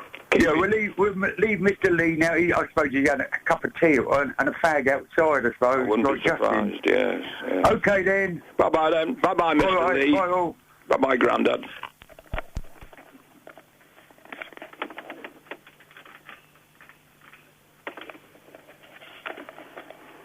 The sound of silence. Across beds, hearts and bucks. This is Chetan Partuk. BBC Three Counties Radio. We didn't look at all the front pages. The front page of The Sun. Lavelle. Thugs are trying to kill me. Street stars fear after car attack. Cleared Corrie star Michael Lavelle. Is he back in Coronation Street yet? Is he in it? Has he popped up on screen yet? Cleared Corrie star Michael Lavelle believes vigilante thugs are trying to kill him following his acquittal on child sex charges. Vigilante thugs. The Sun is... There really is very little in the papers today. And sometimes there's two... Last Friday, we were spoilt for stuff. Gordon Ramsay putting secret cameras in his daughter's bedroom. Schools that were giving cigarettes to 11-year-olds. All kinds of stuff. Plenty of stuff. Today, nothing. The Sun is doing a Yeti story as though it's 1982. Michael Lavelle, OK. Kate Moss without a top on. I'm just flicking through here. What's his name? Damon Albarn in Africa. Really? And there's absolutely nothing in the papers at all. If it's like this all week, I'm having another week off. I can't work. I can't work with this. I can't work with these people. On the subject of cycles not wearing lights, Iain, I was watching TV over the weekend. I saw Justin Dealey's twin brother, Chris Hemsworth from the movie Thor. Really? Let's Google Chris Hemsworth. Let's have a little look and see. I'd be surprised. If he's in the movie Thor, he's probably a good-looking fella. Oh,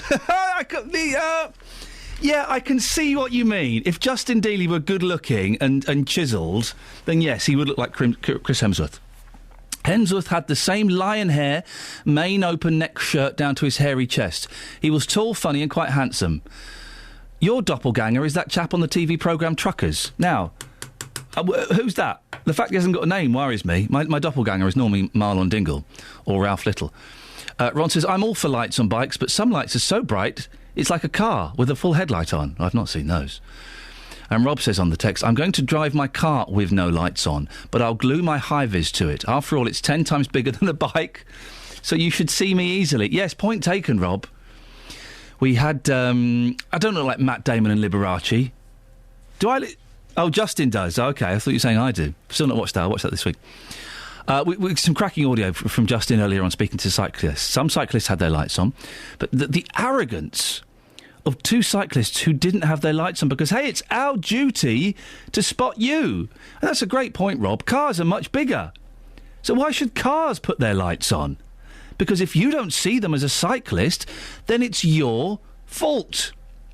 Facebook.com/BBC3CR. Send your text 81333. Start your text 3CR. And also on the subject of throwing away food, I do it. I'm not ashamed of it, really. I buy the food. I'll do what I want with it. No one has been able to phone in yet and convince me that what I'm doing is shameful, shocking and wrong. Which means that you're all doing the same thing. You're all chucking your food away. Is that shameful, shocking and wrong, or... It's one of the luxuries we have of living in this country. 08459 455 555. BBC Three Counties Radio, 7:45. Let's get the travel now. From Shree. Travel news for beds, cards and bugs. BBC Three Counties Radio. Yeah, sure. Well, we just heard from Shree. The M1 southbound heading towards London, of course, junction 12 is at a standstill. There must be some reason for that, I would have thought. So we'll look into that before you immediately, Shree. Cheers for that update. Also, on the M40 London bound, just before junction 3, reports of one-lane blocks by an accident. Again, we'll chase that one up. And the M25 hadn't quite recovered earlier because of some loose horses earlier, I should say, from junction 21A St Albans up towards the M40 turn-off. And watch out for a diesel spillage. It's Monday morning, isn't it? That's the A6 southbound at the Sharnbrook roundabout, and a bit of disruption for the trains between Blackfriars and East Croydon because they've been a bit late finishing those engineering works. Bill Sheldrake, BBC Three Counties Radio. Thank you, Bill. Right, it's 7:46. It's Monday, the 21st of October. I'm Iain Lee. These are your headlines on BBC Three Counties Radio. The government has announced plans to build the UK's first nuclear power station in a generation. Milton Keynes Council is being criticised for spending even more money putting homeless people in bed and breakfast accommodation. And Hertfordshire-based Tesco threw away almost 30,000 tonnes of food in the first 6 months of this year. Coming up, should politicians be allowed to have a past, even if they've done slightly murky things? 08459 455 555. Before that, let's get the latest weather. Beds, Herts and Bucks weather. BBC Three Counties Radio.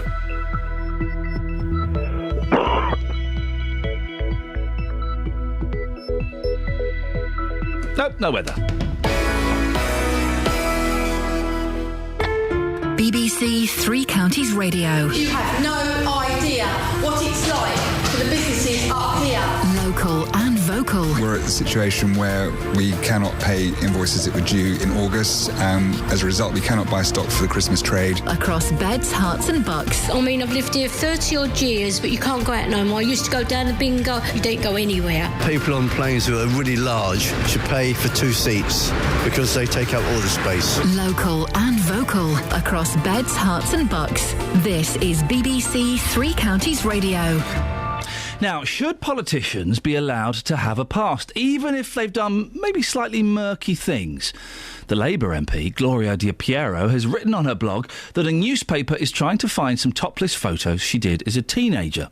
She's talked openly about them before and has never made a secret of them, but says politicians shouldn't have to worry about what they did in their youth when they run for office. Well, what do you think? Should politicians be whiter than white from their youth onwards? Or are they allowed to have experimented? 08459 455 555. Kate Ironside is a lecturer in journalism at the University of Bedfordshire. She was also an editor for the BBC at Westminster. Good morning, Kate. Should we care what a politician has done as a teenager? I don't think, not what they've done as a teenager. I think you have to allow people a past. And I think what's really disturbing about this story is this is something that she had done when she was 15. How many of us, if we put our hand on our hearts, could say that we had behaved perfectly throughout our teenage years? Very, very few. And you want human beings in Westminster, not some kind of, cleaned up identity kit type. I think there's a far more troubling issue is what politicians get up to as adults. I think that is legitimate areas for inquiry, but what they get up to as children, I think, leave well alone. And is there anything that they could have... I mean, supposing they smoked a joint as a 17-year-old at a party, should we know about that? Should that be held against them? Well, it becomes a valid point if they are voting on the legalisation of drugs. Then it is a legitimate area of inquiry. I think the key here is what they have done as a minor, i.e. under 18, or what they have done over 18. I think that's where I would draw the distinction. If they are under 18, that is the past. If they choose to make it public, then fine. And then they shouldn't complain if people report it.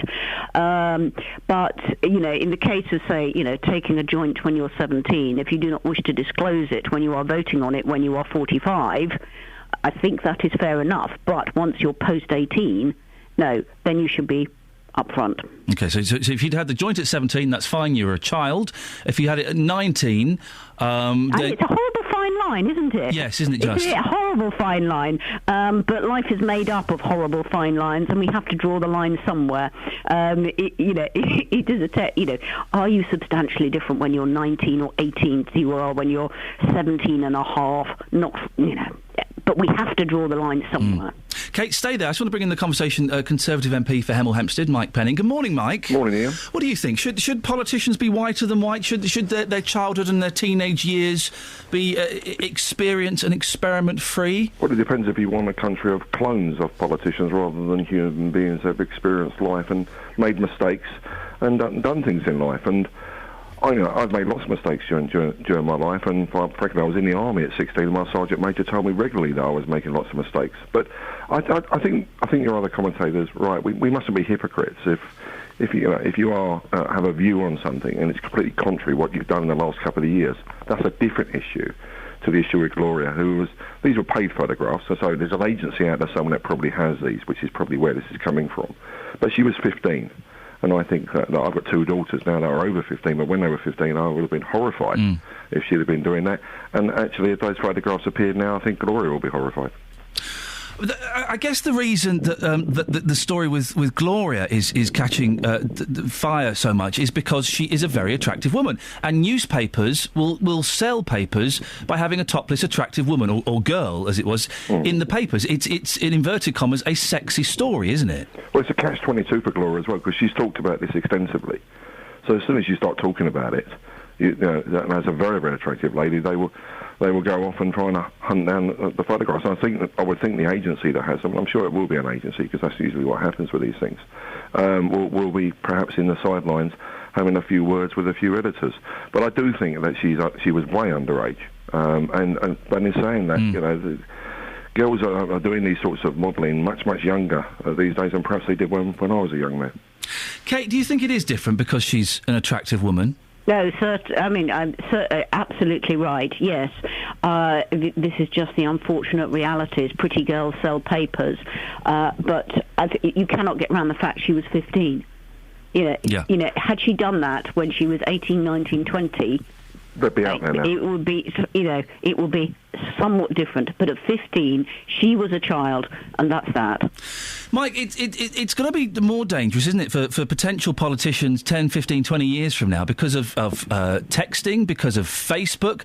I mean, there was the story of Paris Brown, who was hired by a PCC somewhere to be kind of a youth advisor, and she stepped down after a couple of days because of her texts. These things will catch up with people, won't they? Yes, they will, and I think at times society's got to actually grow up as well. With one of my closest friends, a young man I went through the army with, which everybody will know, Simon Weston, a great hero for this country, had terrible injuries from the Falklands, wanted to stand as an independent police commissioner in Wales, in the community where he lives. And because he had a very, very, very trivial offence when he was a juvenile, he was basically excluded from that. And I think that's what's really wrong as well. We cannot just turn politicians or people that want to represent us into clones. No one's perfect. We all make mistakes, and perhaps I've made more mistakes than many. But at least put your hands up, and then let's get on and move on. Mike, you keep alluding to these mistakes. Could you give us some examples?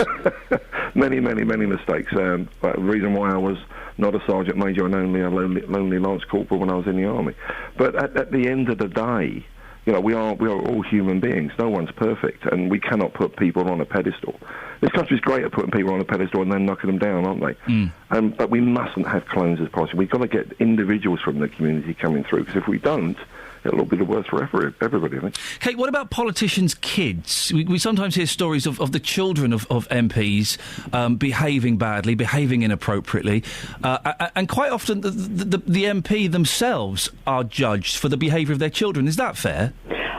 Well, I think you've got two issues here. I think one troubling thing is, for example, when David Cameron, first became leader of the opposition, that as when Tony Blair came into Downing Street with young children, there was a deal done. You would leave the children alone, let them grow up.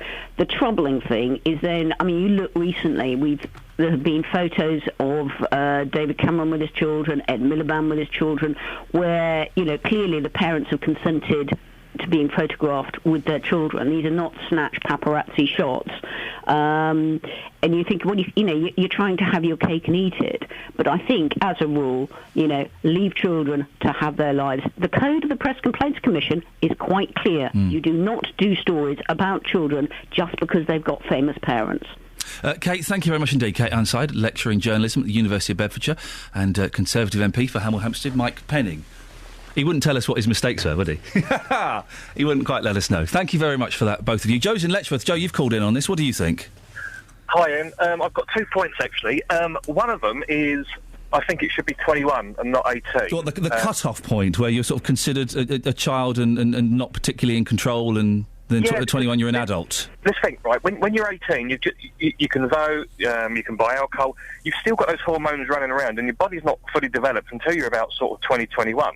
And it's the same with women. So I think 18, you've still got your brains in your pants, for boys anyway. And I just think it's still a bit too young. We're human. We're allowed to make mistakes. It's our God-given right to make mistakes and be human. And like I say, I've made mistakes. I'm not going to air them on the show. But, no. But Joe, I've made mistakes, and I made mistakes after the age of 21. Okay. So does that preclude... Do I then have to come out, if I'm going to become an MP... which you never know, do I then have to come out and go, well, and list them all? At the age of 23 I did this, at the age of 26 I did this, or does the fact that I don't do those things anymore and have moved on, that should be enough, shouldn't it? It should, yeah, it is, because it shows that you have learned and you've moved on and you've gained the wisdom and knowledge, and like I say, that is a perfectly human thing to do. I don't want whiter than white politicians, because it shows that they are a bit too... Anything that is too perfect, I would worry about. You want people that have made mistakes. I want politicians that have lived. I want politicians that have gone out at night and at some point in their life and drank 15 pints of beer and chucked up in the street after a kebab. I want politicians that have smoked a few joints every now and then. I want people that have lived. I'm not saying those things are great and cool, but I want politicians who have a well-rounded experience of what life is for people. And that is proper life experience. And because they've made those mistakes, they can use that, okay, to better themselves and help to better the country. And my second point, this politician, you say she had topless photos taken when she was 15? 15, yes. So why do I want to look at photos of a 15-year-old? Isn't that classed as paedophilia? Yeah, exactly. It's a fine line, isn't it? Yeah. In the public interest, I'm not interested in looking at a 15-year-old girl topless. And I think if anyone prints in this country, that is properly sick, mate. Joe, thank you very much indeed. Yeah, 15. Be hard to disagree, but a newspaper will, and it will be, the headline will be something, whoa, look at this. So there'll be something like that. Right, let's get the travel. Travel news for beds, cards and bugs. BBC Three Counties Radio. It's a busy one. M25, longer queues than usual from junction 21A St Albans right up to the M40. There were some horses on the loose early on, in case you're wondering who just joined us. Reports of one lane blocked on the M40 London bound. It's just before Loudwater Junction 3. We're just looking into that one for you. It is heavier than usual as well for the A1 Great North Road. This is southbound at Black Cat. It's looking slow now all the way from the Kimbolton turnoff. The reason for that, by the way, is of the current issues in the A14 in Cambridgeshire, so you can expect long delays. Also, busier than usual for the A428 as well as you're driving towards Cambridge. That's because of lots of drivers maybe including you avoiding those queues on the A14. So yes, it's looking pretty busy. Cheshunt A10 is a slow one, southbound, slow in spots along that stretch towards Enfield Junction 25, and delays of up to 15 minutes between Brighton and Bedford with a broken down train at Hayward Tooth. Bill Sheldrake, BBC Three Counties Radio. Thank you very much, Bill. So, politicians having a past, lottery syndicates, and cyclists without lights. All of that and more coming up in the last hour of the show after the news with Lee. Local and vocal across beds, hearts and bucks. This is BBC Three Counties Radio.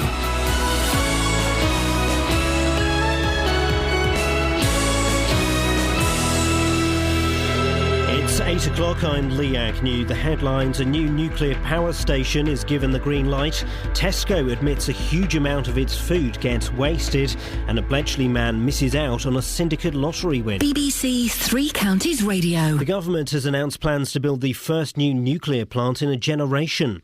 EDF will build the power station backed by Chinese investors. But independent energy consultant Dr Craig Lowry says the cost will mean higher bills. The guarantee price will ultimately be met through consumers' bills. And certainly you look at the policies that the government has put forward, and really what they are very much about is about slowing the rate of increase of energy bills, not really cutting them per se. It really is about managing the upward increase in bills that the government is expecting. Milton Keynes Council is being criticised for planning to spend even more money putting homeless people in bed and breakfast accommodation.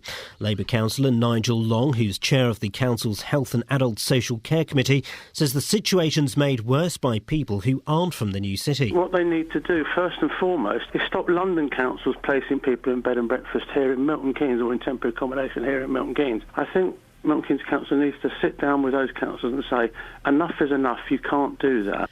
Tesco says it's addressing the problem of food waste by changing some of its in-store promotions and displays. The supermarkets revealed it dumped almost 30,000 tonnes of food in the first 6 months of this year.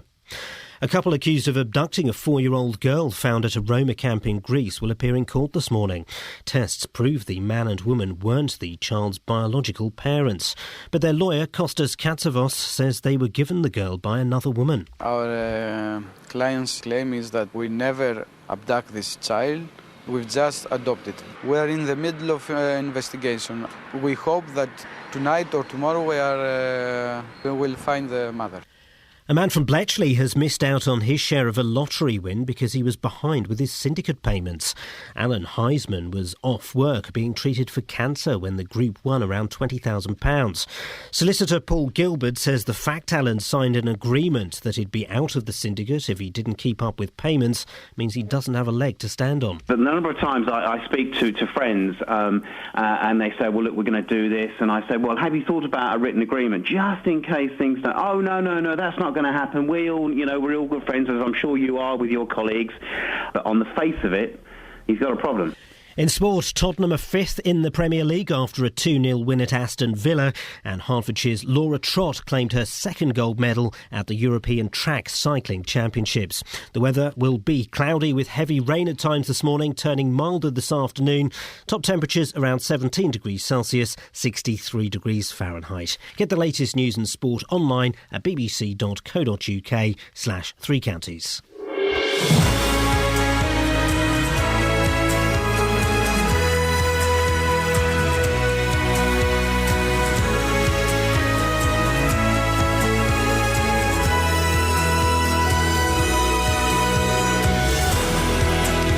This is Iain Lee, BBC Three Counties Radio. What a lot we've got to cram in the last hour before JVS comes in and does his thing. What are we talking about this morning? Well, we'll be talking more about Milton Keynes and how they're spending even more money on people in B&B, despite them having about 60 families who've been in B&B for longer than the 6-week legal limit. We had some cracking audio from Justin Dealey earlier on in the show from 2 cyclists who refuse to wear lights. Didn't seem to think it was a problem. In fact, it was the problem of motorists if we couldn't see them. We'll play that audio a bit later on. And what do you think? Should cyclists be forced to wear lights? We're talking there about politicians and should they have a pass. Well, at what age do you become responsible? Is it 18? Is it 21? Is it 24? Facebook.com/BBC3CR. You can send me a text, 81333. Start your text 3CR. Or you can give me a call, 08459 455 555. Across beds, hearts and bucks. This is BBC Three Counties Radio. Milton Keynes Council has been criticised for managing its housing list by putting people in B&Bs beyond the legal 6-week limit. But rather than cutting back on the practice, they're actually proposing spending more on it. £172,000, is admittedly a drop in the ocean for local government, but when you consider Milton Keynes has been exposed as the authority with the worst record on this outside London, you do begin to wonder what's going on. Here's Labour councillor Nigel Long talking to me earlier on with his theory. I think what they need to do, first and foremost, is stop London councils placing people in bed and breakfast here in Milton Keynes or in temporary accommodation here in Milton Keynes. Something like 8 or 9 London boroughs are trying to secure properties in Milton Keynes for the private rented sector for homeless families from London. I think Milton Keynes Council needs to sit down with those councils and say, enough is enough, you can't do that. That's one thing it needs to do, and that would then free up some private rented properties in Milton Keynes for families who are homeless. Well, that was Nigel Long speaking to me a little bit earlier on in the show. I'm joined now by Andrew Geary. He's the Conservative leader of Milton Keynes Council. Morning, Andrew. So what is going on? I think actually that what I've heard from Nigel is just about what I would expect to hear from Nigel Long, whose government it was that actually allowed this practice to happen. OK, well, it's happening now, so what can we do to stop it? Right. Just sitting down and talking to London boroughs is not the way that we can do this. The fact is that we have got to work with the private rented sector to make sure that we get the first calls on the properties that London boroughs are currently doing. Now, that might sound easy, mightn't it? And it's actually something we're doing.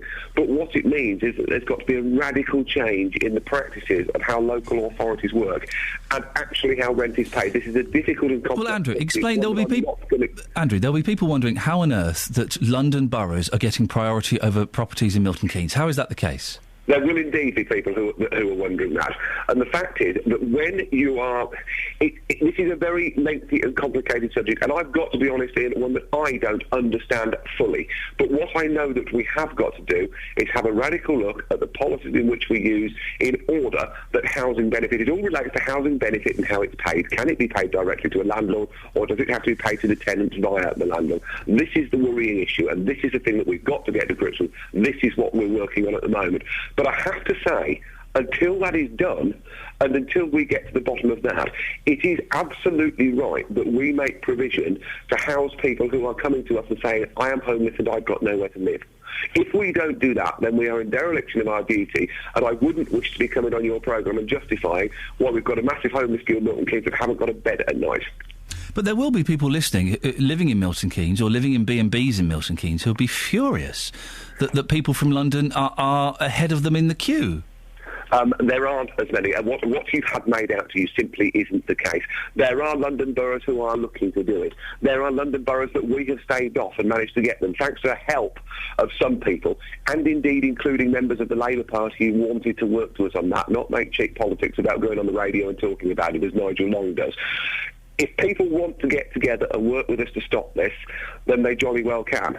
And we could do it. But it is better that we actually try to work to help people rather than just coming on the radio and making politics out of it, as Nigel and his party seem to want to do at the moment. But Andrew, what would you say to them? So hang on, I'm confused. Are people jumping the queue coming from London over residents in Milton Keynes? There are London authorities who are looking at Milton Keynes to house people because they think they can deal with the private... Is it happening now? They are not getting public houses, council houses or social rent houses that are available for people in Milton Keynes. Okay. No, they're absolutely not doing that. Are they dealing with the private sector? Yes, they are. Now, the private sector is not regulated, and that's another debate that I don't want to get into. The private sector is not regulated. It can deal with who it likes overletting its houses. And if it wishes to deal with London boroughs ahead of Milton Keynes... OK, we're getting somewhere now. We're getting somewhere now, Andrew. Why is it preferring to deal with London boroughs over Milton Keynes? That's exactly the issue that we're trying to address with Milton Keynes and with the private sector. You must have an idea. You must have spoken to these people. What's so attractive about the London residents? No, personally, I haven't spoken to these people. I have left Edith Walter, who is our Cabinet Member for Housing, to do that along with our own officers. And I'd assume they've reported to you, Andrew. I believe that during the last fortnight, I'm actually due to catch up with Edith later today on this. She has actually had a weekend away. That's why I'm doing this interview this morning and not her. But I understand that you've interrogated her for the last 2 Monday mornings on it. That's absolutely fine.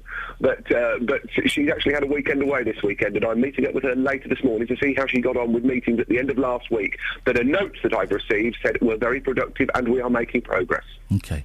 62 families in bed and breakfast in Milton Keynes, longer than the 6 weeks legal limit. That's pretty embarrassing, isn't it? It isn't good, and we recognise the position isn't good, and we recognise we've got to do something about it. Though, I mean, you would point out the worst figures. I would state that that's down from over 100, which it was just over 2 months ago.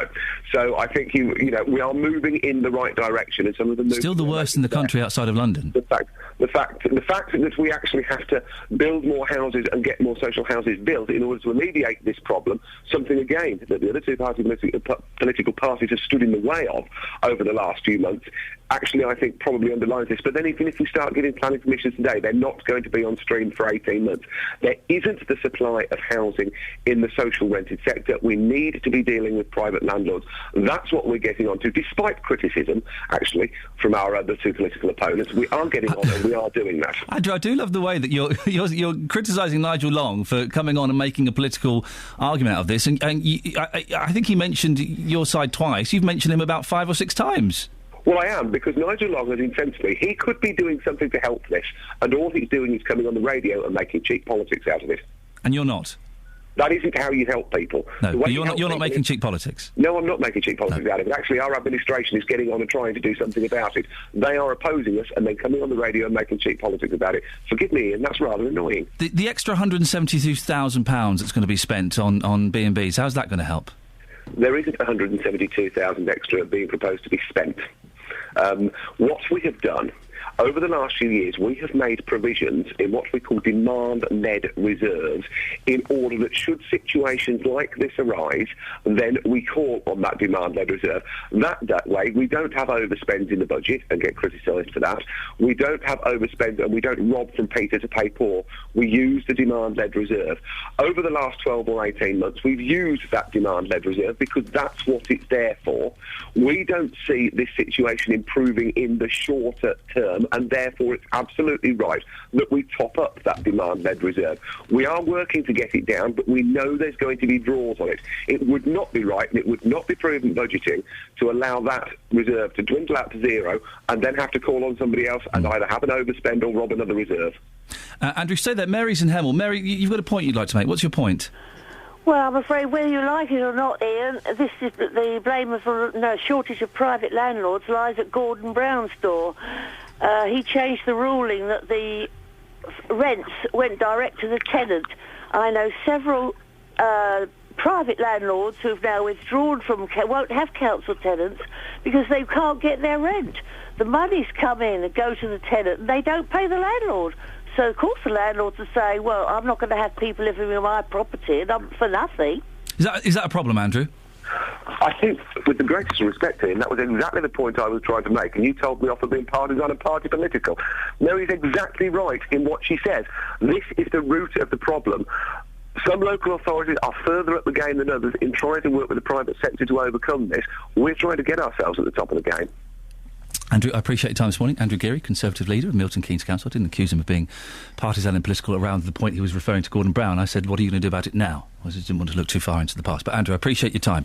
Thank you very much indeed. I do like the way, though, he accused Nigel Young of coming on and launching political attacks. And Mr Geary mentioned the Labour Party and Nigel about 8, 9 times. Wonderful. Wonderful. It's fun, isn't it, all of this? 08459 455 555 on the subject of the lottery.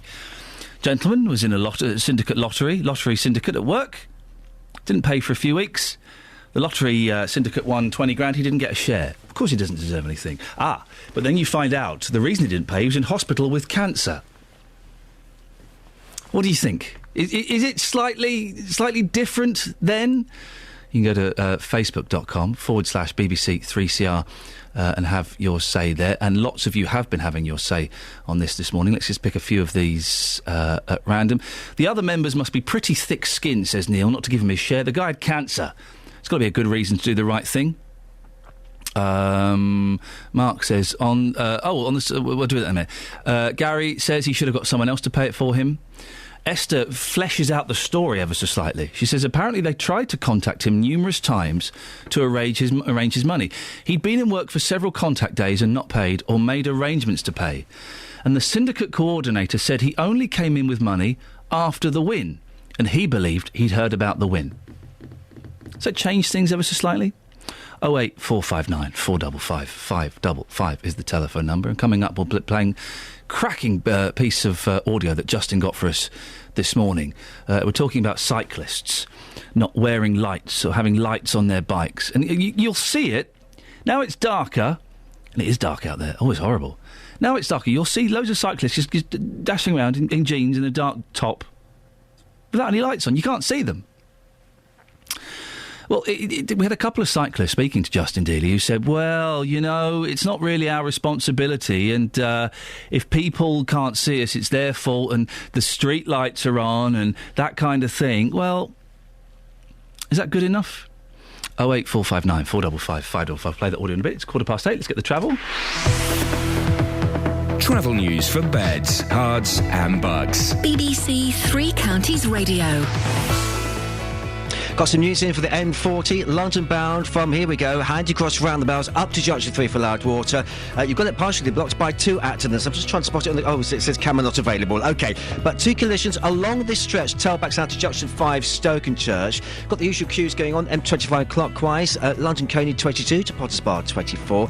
It is heavier than normal this Monday morning for the A1 Great North Road. It's because you've got some problems on the A14 in Cambridgeshire, so it's really extra busy now at the Black Cat roundabout. St Neots, expect lots of company on the A428, more company than usual, and disruption on First Capital Connect between Blackfriars and East Croydon. They've been a bit late finishing those engineering works, and some delays as well, about 15-minute delays. That's between Brighton and Bedford. The cause of that, a broken down train. Bill Sheldrake, BBC Three Counties Radio.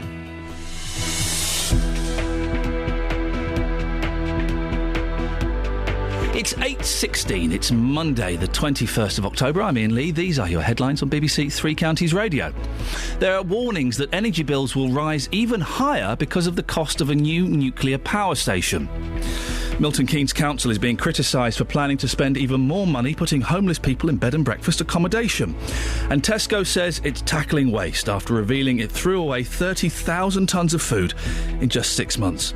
Weather today, it's going to be murky with heavy rain. Hey!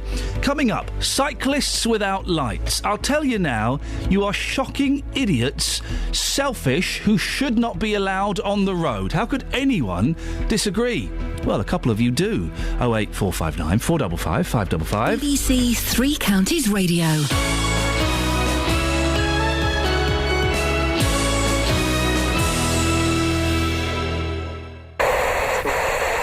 Very interesting. Katie Hopkins, who's a businesswoman and a broadcaster. Isn't it annoying when you just miss the end of something? Close to the headlines, there's a full bulletin at 4. You have to turn the radio off.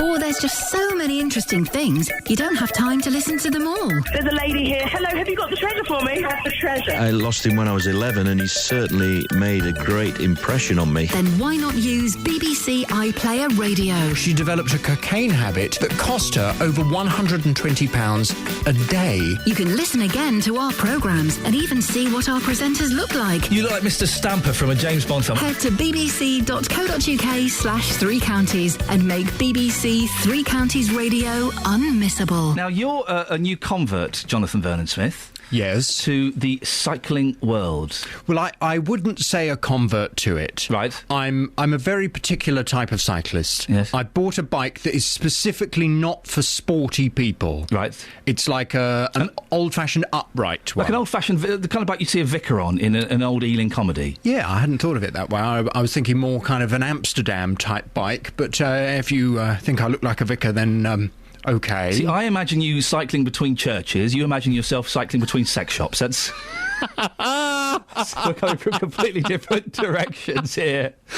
Now, how are you finding the cycle? Because it is hard work riding a bicycle. Well, particularly when you buy a bike like mine that has 3 gears, that is probably designed for flat countries, yes, and not necessarily hilly Hertfordshire. You have to work harder. But I love it. Yeah. But I've bought lights. I've seen your lights. You showed me. I just showed you my lights. Beautiful. Anybody that hasn't got a light on is an idiot. And frankly, if you get run over, I don't think you've got anyone else to blame apart from your own stupid self. You said it. You actually said it. Well done. Honestly, yeah. If you've not got lights on and you get run over in the dark, well, you just use what brain cells you have to think who might be responsible for that. Well, according to the gentleman we're going to hear from in a bit who spoke to Justin, no. As a driver, it's your fault. If you can't see the cycles, you should go to Specsavers. And also, there are street lights, so why should they need them? Well, he's an idiot. Yeah. And if he gets run over, it's his own fault. What's coming up on your show today? Coming up on this morning's Big Phone In, talking about this Tesco story. Oh, yes. I'm asking from 9, who do you blame for the wasted food in this country? Hertfordshire-based Tesco has revealed it threw away 30,000 tonnes of food in the first 6 months of the year. This statistic about the salad, 70% of salad they're chucking away. Yeah. I mean, surely they're just ordering too much salad, aren't they? It would appear so, yes. Nearly 70% of their salad bags end up in the bin. 35% of those are chucked away by us, the customers. I do that all the time. Why'd you buy bags of salad? That's horrible. You know they're all sprayed with chemicals and things. Well, what's the alternative? Buying a whole lettuce? Yeah, buy a lettuce and some tomatoes.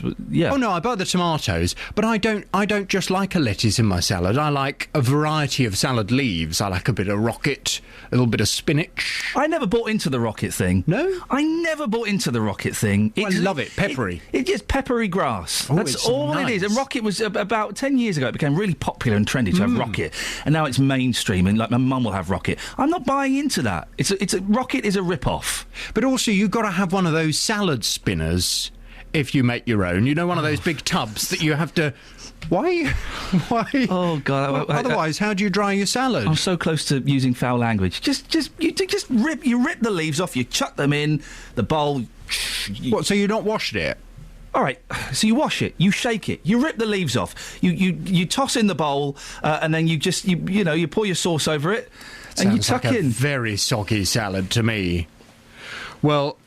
Apparently 35% of the bags of salad are chucked away by people like me who buy a bag, then you have a couple of days worth of salads, and then you think, I'll have a nice bit of salad tonight, I'll have a nice bit of chicken and salad. Yeah. You open up your fridge, you open the salad drawer, and it's gone into a sticky mush. Yeah. And you think, ugh, I'm not eating that. Around half of everything they bake at Tesco apparently is binned, and 40% of apples remain uneaten, piled up in a skip. Tesco say families are wasting £700 million a year on uneaten food that ends up in the bin. Well, this morning from 9, who do you blame for this? Is it the supermarket's fault? Are they just ordering too much? Yep. Is it the supplier's fault? They're growing too much? Or is it our fault, the consumers? Because, I mean, let me ask you now. Yeah. You go to your local supermarket, you want a bag of salad, they've not got any salad left because they don't want to over-order it in case it gets chucked away. You're not going to be very happy, are you? Well, I wouldn't buy a bag of salad. Oh, that's right. All right, so you've gone to the supermarket, Yes. you've gone to buy a lettuce, Yes. and they've not got any left because they don't want to have too many. You'd be annoyed, wouldn't you? I'd live. I'd live. I'd get over it.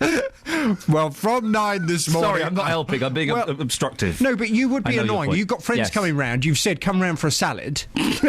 Oh! Hey, guys, it's Friday night. We're having a salad party. Come round Who's for in? a salad, and they come round for a salad, and you've got no lettuce.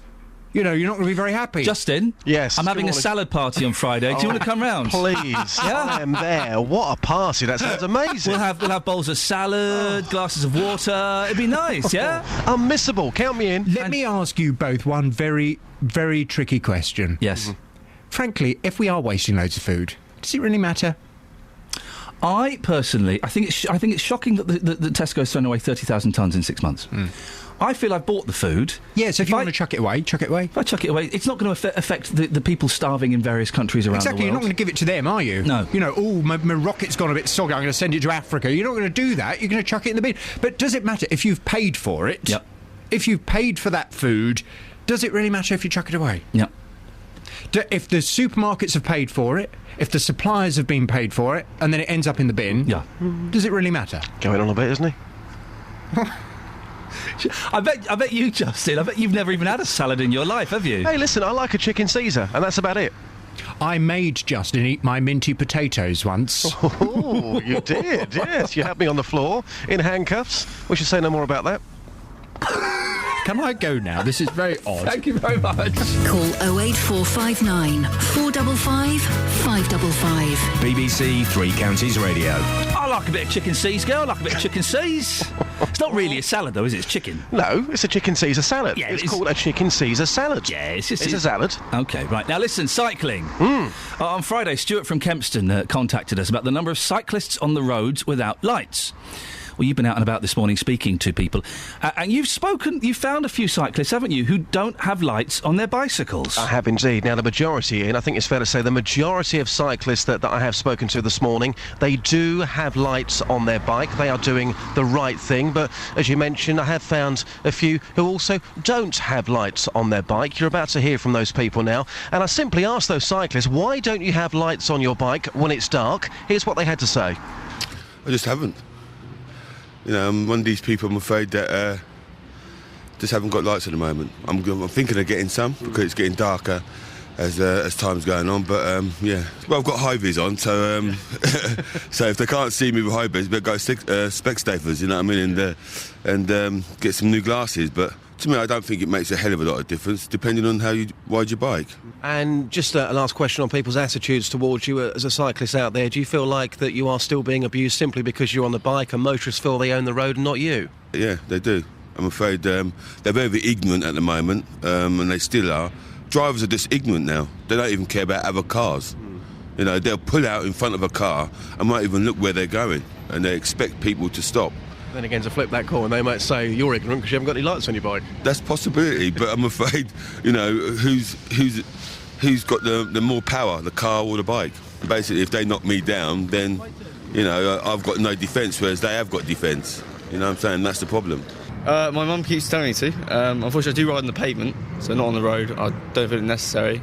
I could wear a high vis, I could have lights. I don't really need them. I mean, what would you say to anybody listening to this who says that you are a danger to our roads because you're not having lights on your bike? Well, there's street lights on 24/7. Almost my whole way, I'm lit the whole way by street lights. So anybody who accuses you, and I put this in the nicest possible way, of being an idiot because you don't have any lights on your bike, you would firmly dispute that then? I would firmly dispute that and advise them to stop walking on the path, or strongly advise them to open their eyes when walking. Hang on a second, I've just realised that guy's saying he doesn't even ride. How old was that guy?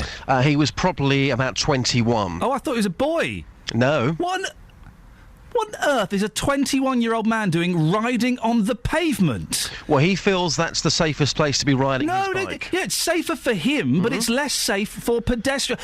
Listen, if the pavement is a cycle path and pedestrians, brilliant, fantastic, well done. But if I'm riding on I've had this, I'm walking on a pavement, and suddenly you hear a bicycle coming up behind you, or, get out of the way, mate. No, that idiot...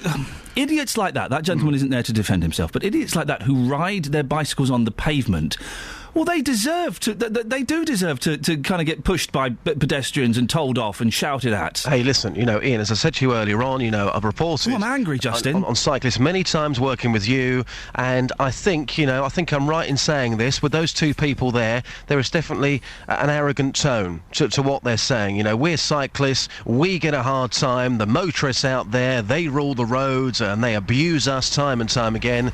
But I don't think there can be any excuse for any cyclist who's a responsible cyclist, just my personal view, if it's dark, you should have lights on your bike. It is simple. Someone made a good point. Yeah, OK, no, fair play. If cyclists reckon they can be seen in the dark, then I'll drive my car without the lights on, because that's even bigger.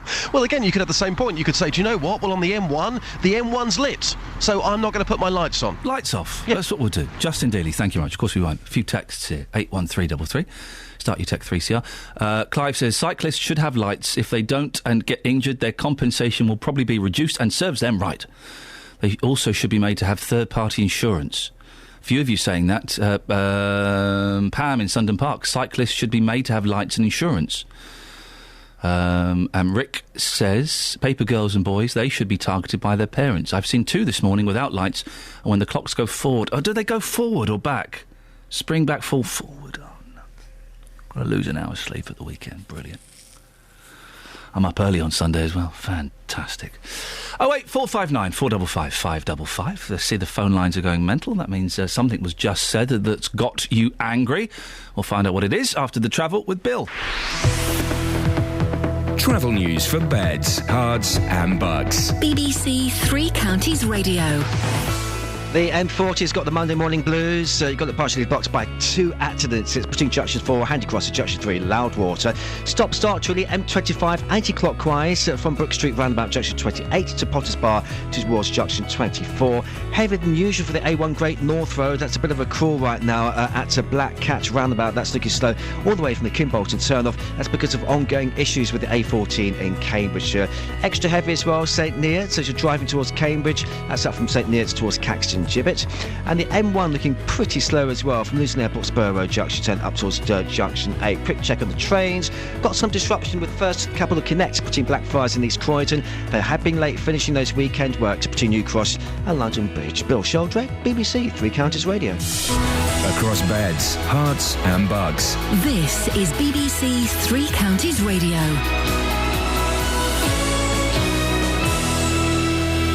It's 8:30. I'm Lee Agnew. The headlines: the government has announced plans to build a new nuclear power station. The plant will be built by French company EDF and backed by Chinese investors. Milton Keynes Council is being criticised for planning to spend even more money putting homeless people in bed and breakfast accommodation. The council says properties they could use are being taken up by homeless people from other areas. Tesco says it's addressing the problem of food waste by changing some of its in-store promotions and displays. The supermarket's revealed it dumped almost 30,000 tonnes of food in the first 6 months of this year. And a man from Bletchley has missed out on his share of a lottery win because he was behind with his syndicate payments.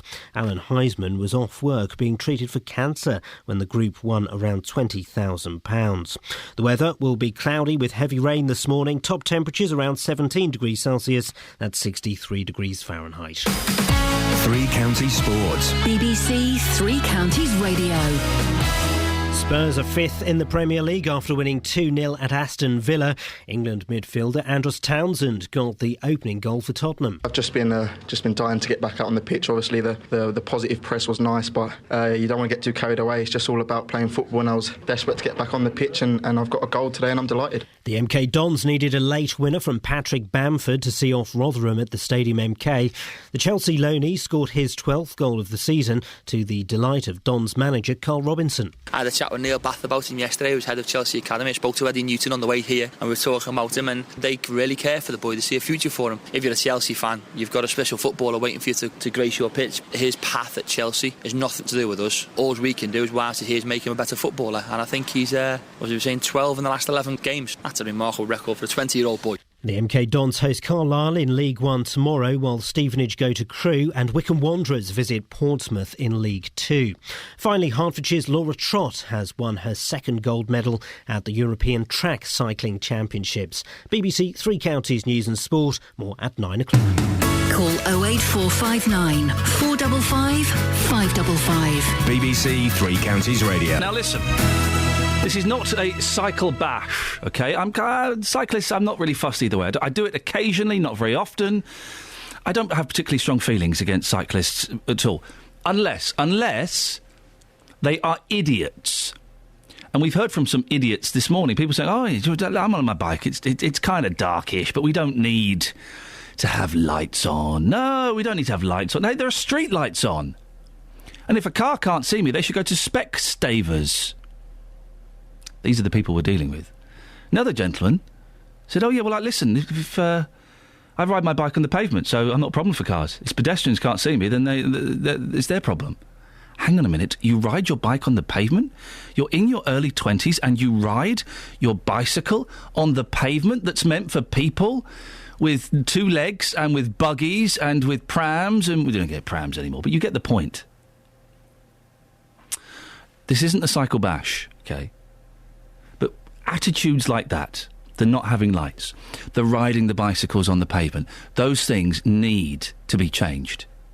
08459 455 555. Louise is in Slip End. Good morning, Louise. Hi, Iain. How are you? Yeah, I'm all right, thank you. I'm getting annoyed with some of these naughty cyclists. Me, I'm getting really cross because, some people go to Specsavers, and if they're partially sighted, the glasses don't make a lot of difference. And if you're trying to walk on a path and some cyclist comes charging down out of speed, how could an elderly person a sight-impaired person, a disabled person, may not have the movement to move fast enough to get out of the way. And I didn't think bikes with adults were supposed to be on the path. They're not supposed to be on the path. That's the incredible thing. And yet you do see, it does happen. You see it happening from time to time. That fella that Justin was talking to does it. I remember being about 15, riding my bike on the path. A copper stopped me. He said, "Oi, yeah, exactly. You're old enough to get on the road now, son." I did. Never rode on the path since. And, if their kids I'm glad that all these people are getting on bikes. Good for the environment. But all these children are doing cycling proficiency at school and everything, and then they're still riding on the path. What is the point? Louise, thank you very much indeed. I don't want to have a bicycle bash, so if you can phone up and defend cyclists, please do. 08459 455 555. Steve's in Redbourne. Morning, Steve. Morning, mate, all right? Yeah, I'm good, thanks. What's your point? Well, I was down the Nicky line the other night, just checking my animals, and a bloke come down there, no lights on at all, and he nearly knocked me over, and he was doing like 20, 25 mile an hour on one of his mountain bikes, and all I got was a load of abuse from him. But then again, I'll give him as much back as what he gave me. Well, Stephen, we don't condone that behaviour, but of course, well done. So where exactly were you? On the Nicky line, between Hempstead and St Albans. Right, yes. But it's not just the nighttime riders, it's these Saturday morning mountain bike riders. They're just as bad as what the ones with no lights are on. Because they've got no manners at all. What do we need to do, Steve, to make cycling a little bit safer for the cyclists and for people like you and me? Well, I don't know. It's got to be made law that they've got to have lights on their bikes, isn't it? Because if they get knocked over and, become vegetables and that, we've got to look after them again, haven't we?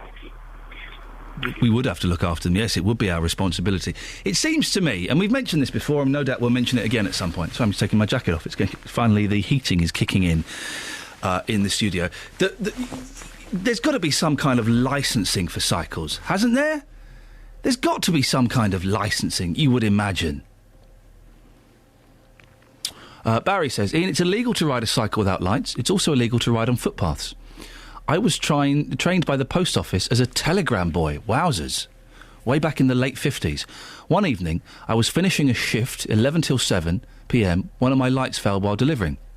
My battery failed. I was spotted by a policeman who made me get off the bike and walk. This made me have a very late finish. Too many people are now breaking too many laws and getting away with it. Ian.lee@bbc.co.uk. Avril's in Watford. Morning, Avril. Morning. Morning, Avril. What's your take on cyclists? I've got nothing against cyclists per se, but it is illegal to ride without lights. And I had an incident many, many years ago. I'd been out with my family and friends for the evening. I was designated driver. Driving home, 11:30 at night, absolutely teeming down with rain. You couldn't see your hand in front of your face. Came to a roundabout, just about to pull out, realised there was something in the vision, and it was a cyclist, in black, no lights, no reflective wear or anything. Stopped, thought no more of it, and about 15 minutes later, and I was 2 or 3 minutes away from home, got blue flashing lights in the back of my car. So I pulled over, thought no more of it. Cars pulled in front of me, so I stopped. There's 2 police cars behind me, and police officers come up.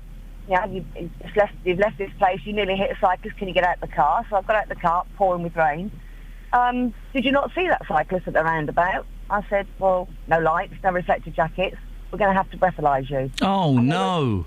3 police cars, 5 policemen to pull me over to breathalyse me because I almost hit a cyclist. And when I said, well, what about the cyclist? He was committing an offence without any lights. Oh, he's long gone. And that was it. I was absolutely horrified. So had the cyclist reported you then to the coppers? No, the police... We'd come out of a club that we used to go to. That was myself, my husband and 3 friends. Yeah. And they'd obviously seen us come out of the club and they'd followed me home. So they'd seen me almost hit the cyclist. He said he couldn't stop me because he was in an unmarked car and had to wait for his colleagues in a marked car. So they followed you? Yeah, and there was 3 police cars. Why didn't they pull over the cyclist? If they saw it happen, they should have followed the cyclist and said, "Oi, mate, where are your lights? Where is your reflective jacket? What are you doing?" They had my registration number. They could have had a policeman waiting for me as I pulled up outside my house. Absolutely incredible, Avril. Thank you very much indeed. If we get time before the end of the show, we may play that interview that Justin did with two cyclists earlier on who said they don't need to wear lights. We don't need to have lights on. It's the responsibility of the car drivers and the pedestrians to see what's going on, to keep their eyes and their ears open. The thing is, we've all been surprised, if we're drivers or indeed pedestrians, we've all been surprised by a cyclist suddenly coming up behind us or coming on the inside or shooting out of a corner. And I'm not knocking all cyclists. Please, if you're a cyclist, this isn't your usual cycle bash, OK? I've not got strong feelings either way. There are some brilliant cyclists, there are some awful drivers. Of course, there are some awful pedestrians as well, but we're talking specifically about the very, very naughty cyclists, the ones who don't wear lights, who don't wear helmets, who ride on the pavement. 08459 455 555. Stuart's in Milton Keynes. Morning, Stuart. Morning, Ian. Go on, Stuart, what have you got? Yeah, I just think, I mean, like you say, I don't want it to sound like a cycle bash, but I think, you know, that there are obviously cyclists out there do know how to wear the safety equipment and that, but the majority, I mean, going off the back of that chap that said that there's drivers have no... drivers are ignorant, I throw that back at him and say that the majority of cyclists that I see are ignorant. I mean, they have a complete lack of respect for the basic highway code.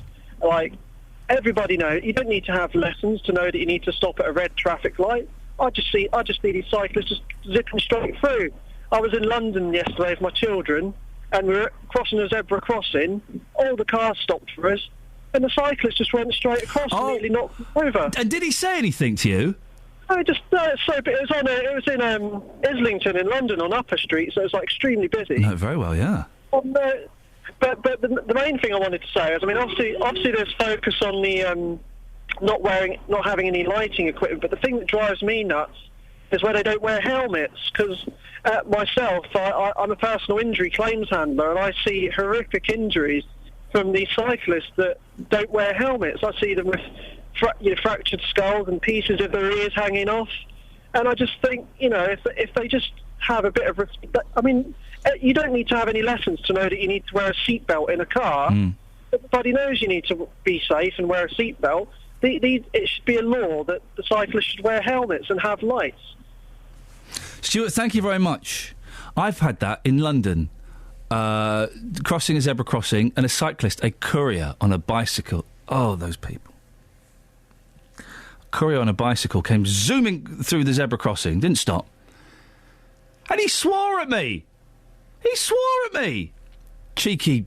To be honest, I swore at him back. And then he put his brakes on and turned round and I ran. Jenny's in Milton Keynes. Good morning, Jenny. Good morning, Ian. Are you going to phone up and defend cyclists? No. Oh. Definitely not. Go on. Well, first of all, it's not illegal for cyclists to ride on the pavement, unfortunately. Oh. Yeah, and I was shocked to find this out. How I found it out was a couple of years ago, a cyclist knocked me down and put me in hospital while I was walking on the pavement. He crashed straight into me and knocked me down, Ian. Oh, dear. It was absolutely terrible. I was in plaster for 6 weeks on my arm. And when I spoke to the police, they said, well, it's not illegal for them to be riding on the pavement. And round my way, Milton Keynes, even the specials are all kitted out with all their gear, right? Yeah. And riding on the pavements. And they say, well, it's because the roads are too dangerous for us. Well, the special constables are riding on the pavements? Absolutely. Oh. Absolutely. I can remember phoning Jonathan on his programme and telling him, and he couldn't believe it. Well, I can't believe it. It's absolutely ridiculous, isn't it? Well, that's awful if they're doing that. It is. And did the cyclist say anything when he knocked you down? Well, yeah, because he, as I went to the ground, he obviously had to stop. Yeah. And he was as shocked as I was, because it was dark as well, and he was almost as shocked as me. Yeah. And he just kept on apologising, but I was just in shock. And when the ambulance come to get me, before I got in the ambulance, I remember hitting him with my good arm. Oh, Jenny! But it was good for you. It was awful, though, Ian. It really was. And because now, when I'm out walking, I'm always looking behind me on the pavement, because I think about it all the time. And 9 times out of 10, there's one coming up behind me on the pavement. Yeah, you don't want anyone coming up behind you. It's awful. Well, it might be a special constable. Yeah, sometimes it is. Jenny, thank you very much indeed. Jenny Milton Keynes. Terrible story. I'm glad she can laugh about it, but listen, and I'm not knocking cyclists. Cyclists, you've got 15 minutes of this show. Call up and defend yourselves, please. Please, because it's so easy to do a show where we bash cyclists. It's easy. And that's not what I want to do at all. I don't hate cyclists. I don't have particular beef against them. Sometimes I am a cyclist. 08459 455 555. You can send me a text, 81333. Start your text 3CR. You can also send me an email, ian.lee@bbc.co.uk, IAIN.LEE. Right, it's coming up to 8:45. Let's get the latest travel now. Travel news for beds, cards and bugs. BBC Three Counties Radio. It's all kicking off for the M40. This is southbound, partially blocked by 2 accidents. In fact, from High Wycombe, Handy Cross Junction 4 up towards Junction 3 for Loudwater. If you're caught up in those delays, that's the reason why. There have been 2 collisions along that stretch. Tailbacks now to Junction 5. London-bound M1, I want to mention this because our sensors and cameras are showing us heavy traffic from Flitwick at 12 to Dunstable at Junction 11. No reason as we're aware for those delays, but certainly do be aware of that. That's your journey to work. Severe delays, A428 St Neots towards Cambridge, avoiding queues on the A14. Getting lots of calls, and they're saying it's taking over an hour. Heavier than usual as well for the A1 Great North Road. Public transport delays for up to 15 minutes for First Capital Connect between Brighton and Bedford. There was a broken down train at Haywards Heath. That's what's causing that. And also, you've got some late trains with First Capital Connect between Blackfriars and East Croydon. That's because they had been late finishing the engineering works between New Cross and London Bridge. Bill Sheldrake, BBC Three Counties Radio. Thank you, Bill. 8:46, it's Monday the 21st of October. I'm Iain Lee and these are your headlines on BBC Three Counties Radio. The government's announced a deal to build Britain's first new nuclear power station in a generation. Milton Keynes Council is being criticised for spending even more money putting homeless people in bed and breakfast accommodation. And Tesco says it's tackling wastage after revealing it threw away 30,000 tonnes of food in just 6 months. Coming up, a Bletchley man hits out at members of his lottery syndicate. They cut him out for not paying. He's got cancer. They won some money. Should he get any of it? 08459 455 555. We'll talk about that and cycles after the weather from Kate. Beds, Herts and Bucks weather. BBC Three Counties Radio.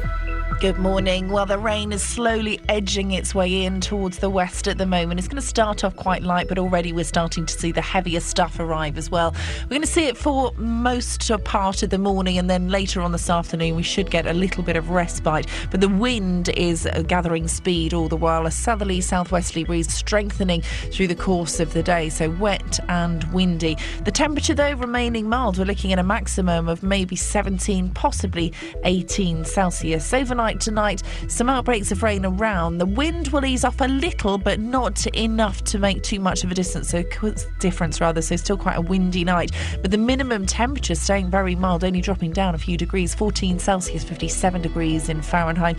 Tomorrow, again, wet and windy, but we're hanging on to that milder air. The temperature for Tuesday, 17 or 18 Celsius. That's your forecast.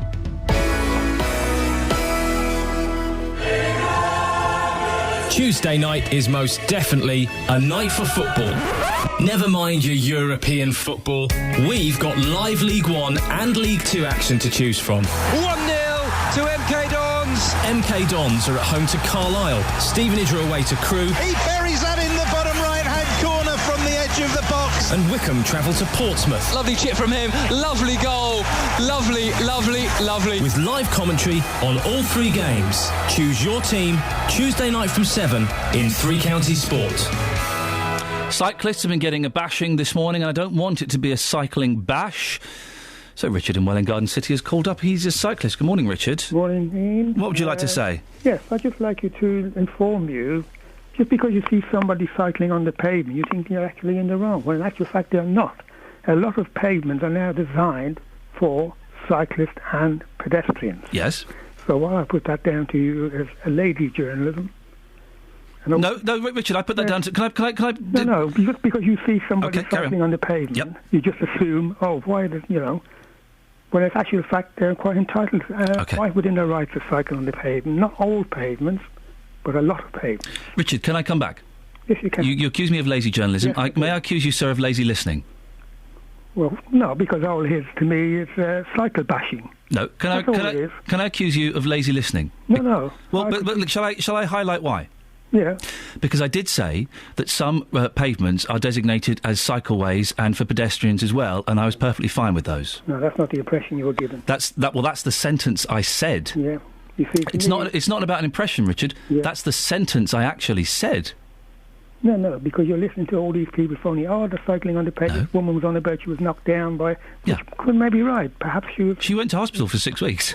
You can't be defending that, can you? No, but we don't... Yeah, if but Richard... people are walking on the pavement, which are designed for cycling, they've got to take care as well, even though they're walking on a pavement, because that pavement is designed for cyclists. Some of them are. A minority of them are, and I did say that, Richard, so naughty you for not listening. Can I just read you something from the Highway Code? Yeah, you can. Thank you. Question. Is cycling on the pavement against the law? Answer. Yes. So, when it's not designated as to be shared with pedestrians and cycles, it is against the law. Well, then could you just read that again? Yes, certainly. From the Highway Code. Question. Well, what day was that printed? I don't know what day that was printed. Well, there you are. Question. It's the recent one. Is cycling on the pavement against the law? Answer. Yes. Cycling on... It should have... Well, in that case, you would have said, is cycling on all pavements? No. Richard, you're desperately clutching at straws, sir, and I appreciate you trying to do that. No, because at the end of the day... Yes, I agree. A lot of cyclists do cycle without lights. I've seen it myself. And it's shocking, isn't it? They shouldn't be allowed to. I appreciate that. Shocking. But at the moment, as far as I'm concerned, most of the drivers are ignorant. No, Richard. So that is, you know. But the cyclists... I can say that's an experience of being cut up on roundabouts, on turnings, etc. Okay. But cyclists should be wearing lights, shouldn't they? Yes, of course. And if they are not wearing lights and they get hit, that's probably their fault. Yeah, well, on the same time... And if cyclists are riding on pavements that are not designated as cycle pathways, then they are idiots, aren't they? Yes, but you're quote something from the Highway Code. Go something from the Highway Code. There's only the rules of the road and the pavements. Well, that's below the belt for me to do that, Richard. Fair play. No. Anyway, thank you for listening. It's a pleasure, and you try and listen a little bit better next time. That is a low argument, isn't it, for me to quote the rules and the laws of the road? That is sneaky, and I apologise for that. That's naughty on my part. Very naughty of me. That was sent in by April. April, thank you for that. I appreciate that. It came in at just the right moment. Now, a Bletchley man is criticising workmates who cut him out of their winning lottery syndicate when he couldn't keep up with payments. Alan Heisman heard his colleagues had won £20,000 while he was off work undergoing cancer treatment. And while he admits signing an agreement that non-payment of syndicate fees would lead to expulsion, he feels they should have given him his share of the winnings, about £2,500. Well, Justin Dealey has been out seeing if you have any sympathy. Justin, we're meant to be impartial on this, but I'm keen to get your opinion. Well, do you know what? I see both sides. I think, if you've got somebody who is in hospital and they're suffering with cancer, signing or paying money into a syndicate is not going to be his top priority. I would probably, if I was a good friend, I would probably go into work and say, right, guys, this is the situation. Let's give Alan something. If not the full amount, let's give him something. So if he's a good friend, fair play. Exactly. Supposing it was someone like Scoynes or someone like that you don't particularly get on with. No. You wouldn't give them money? No. OK, fantastic. Well, you've been talking to people this morning. What have they been saying? Yeah, but asking people if they have sympathy for Alan, here's what people have had to say. Yes, I have. He should be paid. Despite the fact he wasn't paying into that syndicate when they won? Well, it's not his fault he had cancer, was it? They could have put the money in for him. He should get a cut. Yeah, I think morally they should give him a few £1,000s and be friends. Yeah, but legally he hasn't got a leg to stand on, but he had got cancer, so I think as friends and as good people they should pay him something. So you don't think he's entitled to anything? Can you tell us why you believe that? I think this sort of thing has happened before, where people have had a syndicate and because they never collected the money off of a certain person who was in the syndicate, they said, no, you're not entitled to any of the winnings because you haven't paid your money. So he wasn't in it to win it, so he doesn't deserve anything. Quite right. I've got to be honest, Justin. Yes. If he hadn't paid, tough luck. Even though he had cancer? Double tough luck. Listen, if it was you... Yeah. And it's a very morbid conversation It we're having, is, but hypotheticals. But if it was you, I'd say, look, Justin, I'm really sorry, mate. You weren't in it to win it. I hope you're feeling better. Here's 100 quid from my share. I would give you, if I'd won £2.5 grand, I'd give you 100 quid from my share. But that's something, though, isn't it? Well, at least that's a gesture of goodwill, because you're a friend. You've done something. You've made an effort. You sound, I'll be honest. Yeah, go on. I was expecting a bit more of a thanks for the £100 than that. Well, you still sound a little bit grudging. No, I would say thank you. You're doing something. You would be doing, in my opinion, the right thing. Morally, that's the right thing to do. I would say I'm doing more than something. I'm making quite... No, I'm reconsidering this. Yeah. I'm making, actually, an over-generous... gesture that I don't actually have to do. You don't have to do it, but... So I'd like a bit more... Flip the coin for a second, Ian. If it was you, you know I'll do the same thing. I don't know that. Well, of course you know that. Because I'd like to think of myself as a decent person. I know you would, but it's what everyone else thinks. Did you find anybody who had any sympathy for Mr. Heisman? Well, we had a couple of people at the start there who had sympathy, you know, because if somebody is in cancer... Oh, yes, you did, yes. We had a couple of people, but, you know, a lot of people this morning, again, can see both sides. It's quite a long, drawn-out process because some people say, yes, he deserves money, but then you say, legally, he hasn't got a leg to stand on, and that's where the argument finishes. The lottery is it £2 now? Yeah, it's gone up to £2 from £1. It's an idiot's tax, dear listener. I know. Do you do it? No, I don't, because I just think, what's the point? Yeah. I'm never going to win, so what's the point? Exactly, and if you're listening at home, you're never going to win. You are never going to win. Add up the amount you've spent, subtract the amount you've won, and that shows you how much of a sucker you are. Well, there's a chance, I suppose, but such a slim chance. What's the point? What's the point? Have you been speaking to people about the lottery going up? Yes, going up to £2 from one, of course. People are furious about this, Ian. Here's what people have had to say. I think it's scandalous, just pure greed. And the ordinary person can't afford £2. The pound is dear enough. So I'll champion buying any £2 tickets from now on. Never again, no. Finished. I'll try something else. Well, I say they've made millions over the years and they're just plain greedy. And the ordinary workman, the recession on, everything, they can't afford this. Do they disgust you? Of course they disgust me. I've never seen such greed in my life. Loads of people said, well, I'm not doubling my output, so I'm just going to pack it in. You're not even going to buy one ticket a week? No. It's disgusting. Working man can't afford it, you know what I mean? No one can afford it. They want more money for charities and things like that. They're just stingers again. People ain't got the money to do it. They will lose out. The thing is, Justin, right, if you can't afford the lottery, here's a small suggestion. Don't do the lottery. Put that quid or that £2, put it in a jar at the end of the year, go and have a slap-up meal somewhere or buy a nice present for the missus. It's not a God-given right that we have to give our money to Camelot every week. But the thing is, you know, some people, they go out and they spend £20 a week because it's a bit of fun. You know, they can sit there every Saturday and they can watch, and one week they might win a tenner, and isn't it great? You know, it's not for me personally. But I do feel sorry and sad when you see old people with like 5 sheets of lottery things. They're right, spending 20, 30, 40... I saw someone spending 60 quid on the lottery once in a news agency. You just think, what? Why would you do that? In saying that, though, you know, on a Saturday, if they're watching the lottery and they've spent their money, they may see that as fun. You know, a bit like some people may see going to New York to watch the Monkees as fun. Hey, listen, don't steady on now, young man, because at least I was getting something spiritual out of that, not an empty. I met 2 of Davy Jones's daughters at the weekend and his sisters. Oh, right. Yeah, very nice. Yeah, lovely. I was chatting to his daughter, and I thought, at what point in the conversation do I tell her my name is not Tom? I didn't bother telling her. I let her carry on with that. Oh, bless you. Justin, thank you very much indeed. We'll do the lottery again, because it's always a fun one. I don't get... Justin says, it's a bit fun. You sat in front of the telly with it. Where's the fun in feeling desolate, broken-hearted and penniless? Where's the entertainment value in that? Going to New York was an experience. I met dozens of people I'd never met before. I was entertained. I had great food. It was wonderful. Save up your lottery money for a year and go to New York. That's what I'd say. Right. It's coming up to... Well, it is 8:58. It's time to get the latest travel now. Travel news for beds, cards and bugs. BBC Three Counties Radio. The M40 not having a good time this morning. London bound, partially blocked by 2 accidents between junctions 4 and 3. Bit of a call now from Stokenchurch Junction 5. News just in, actually, for Harpenden. Are you in Harpenden right now? Station Road, you've got that part partly blocked. It's a double-decker. It's just got stung underneath the bridge, so you're being diverted via Victoria Road. So more updates on that one, please, if that's okay. Heavier than usual as well for the A1 Great North Road as well.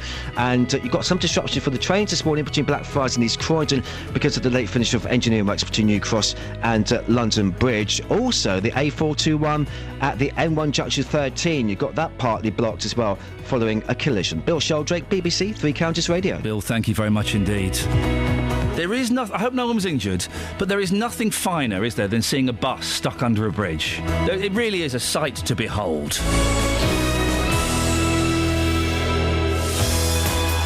Right, that's it. That's your lot. If you want to get in touch with me, you can. You can send me an email, ian.lee@bbc.co.uk. More and more of you getting in touch that way. Thank you very much indeed. JVS is up next. Until 6 tomorrow from me. Ta-ta. Local and vocal across beds, hearts and bucks. This is BBC Three Counties Radio. Thank you, Ian. Good morning. It's Monday, start of a new week. Welcome to the JVS show. I'm Jonathan Vernon Smith, and on today's Big Phone In, does it really matter if we chuck loads of food away? Hertfordshire-based Tesco has revealed it threw away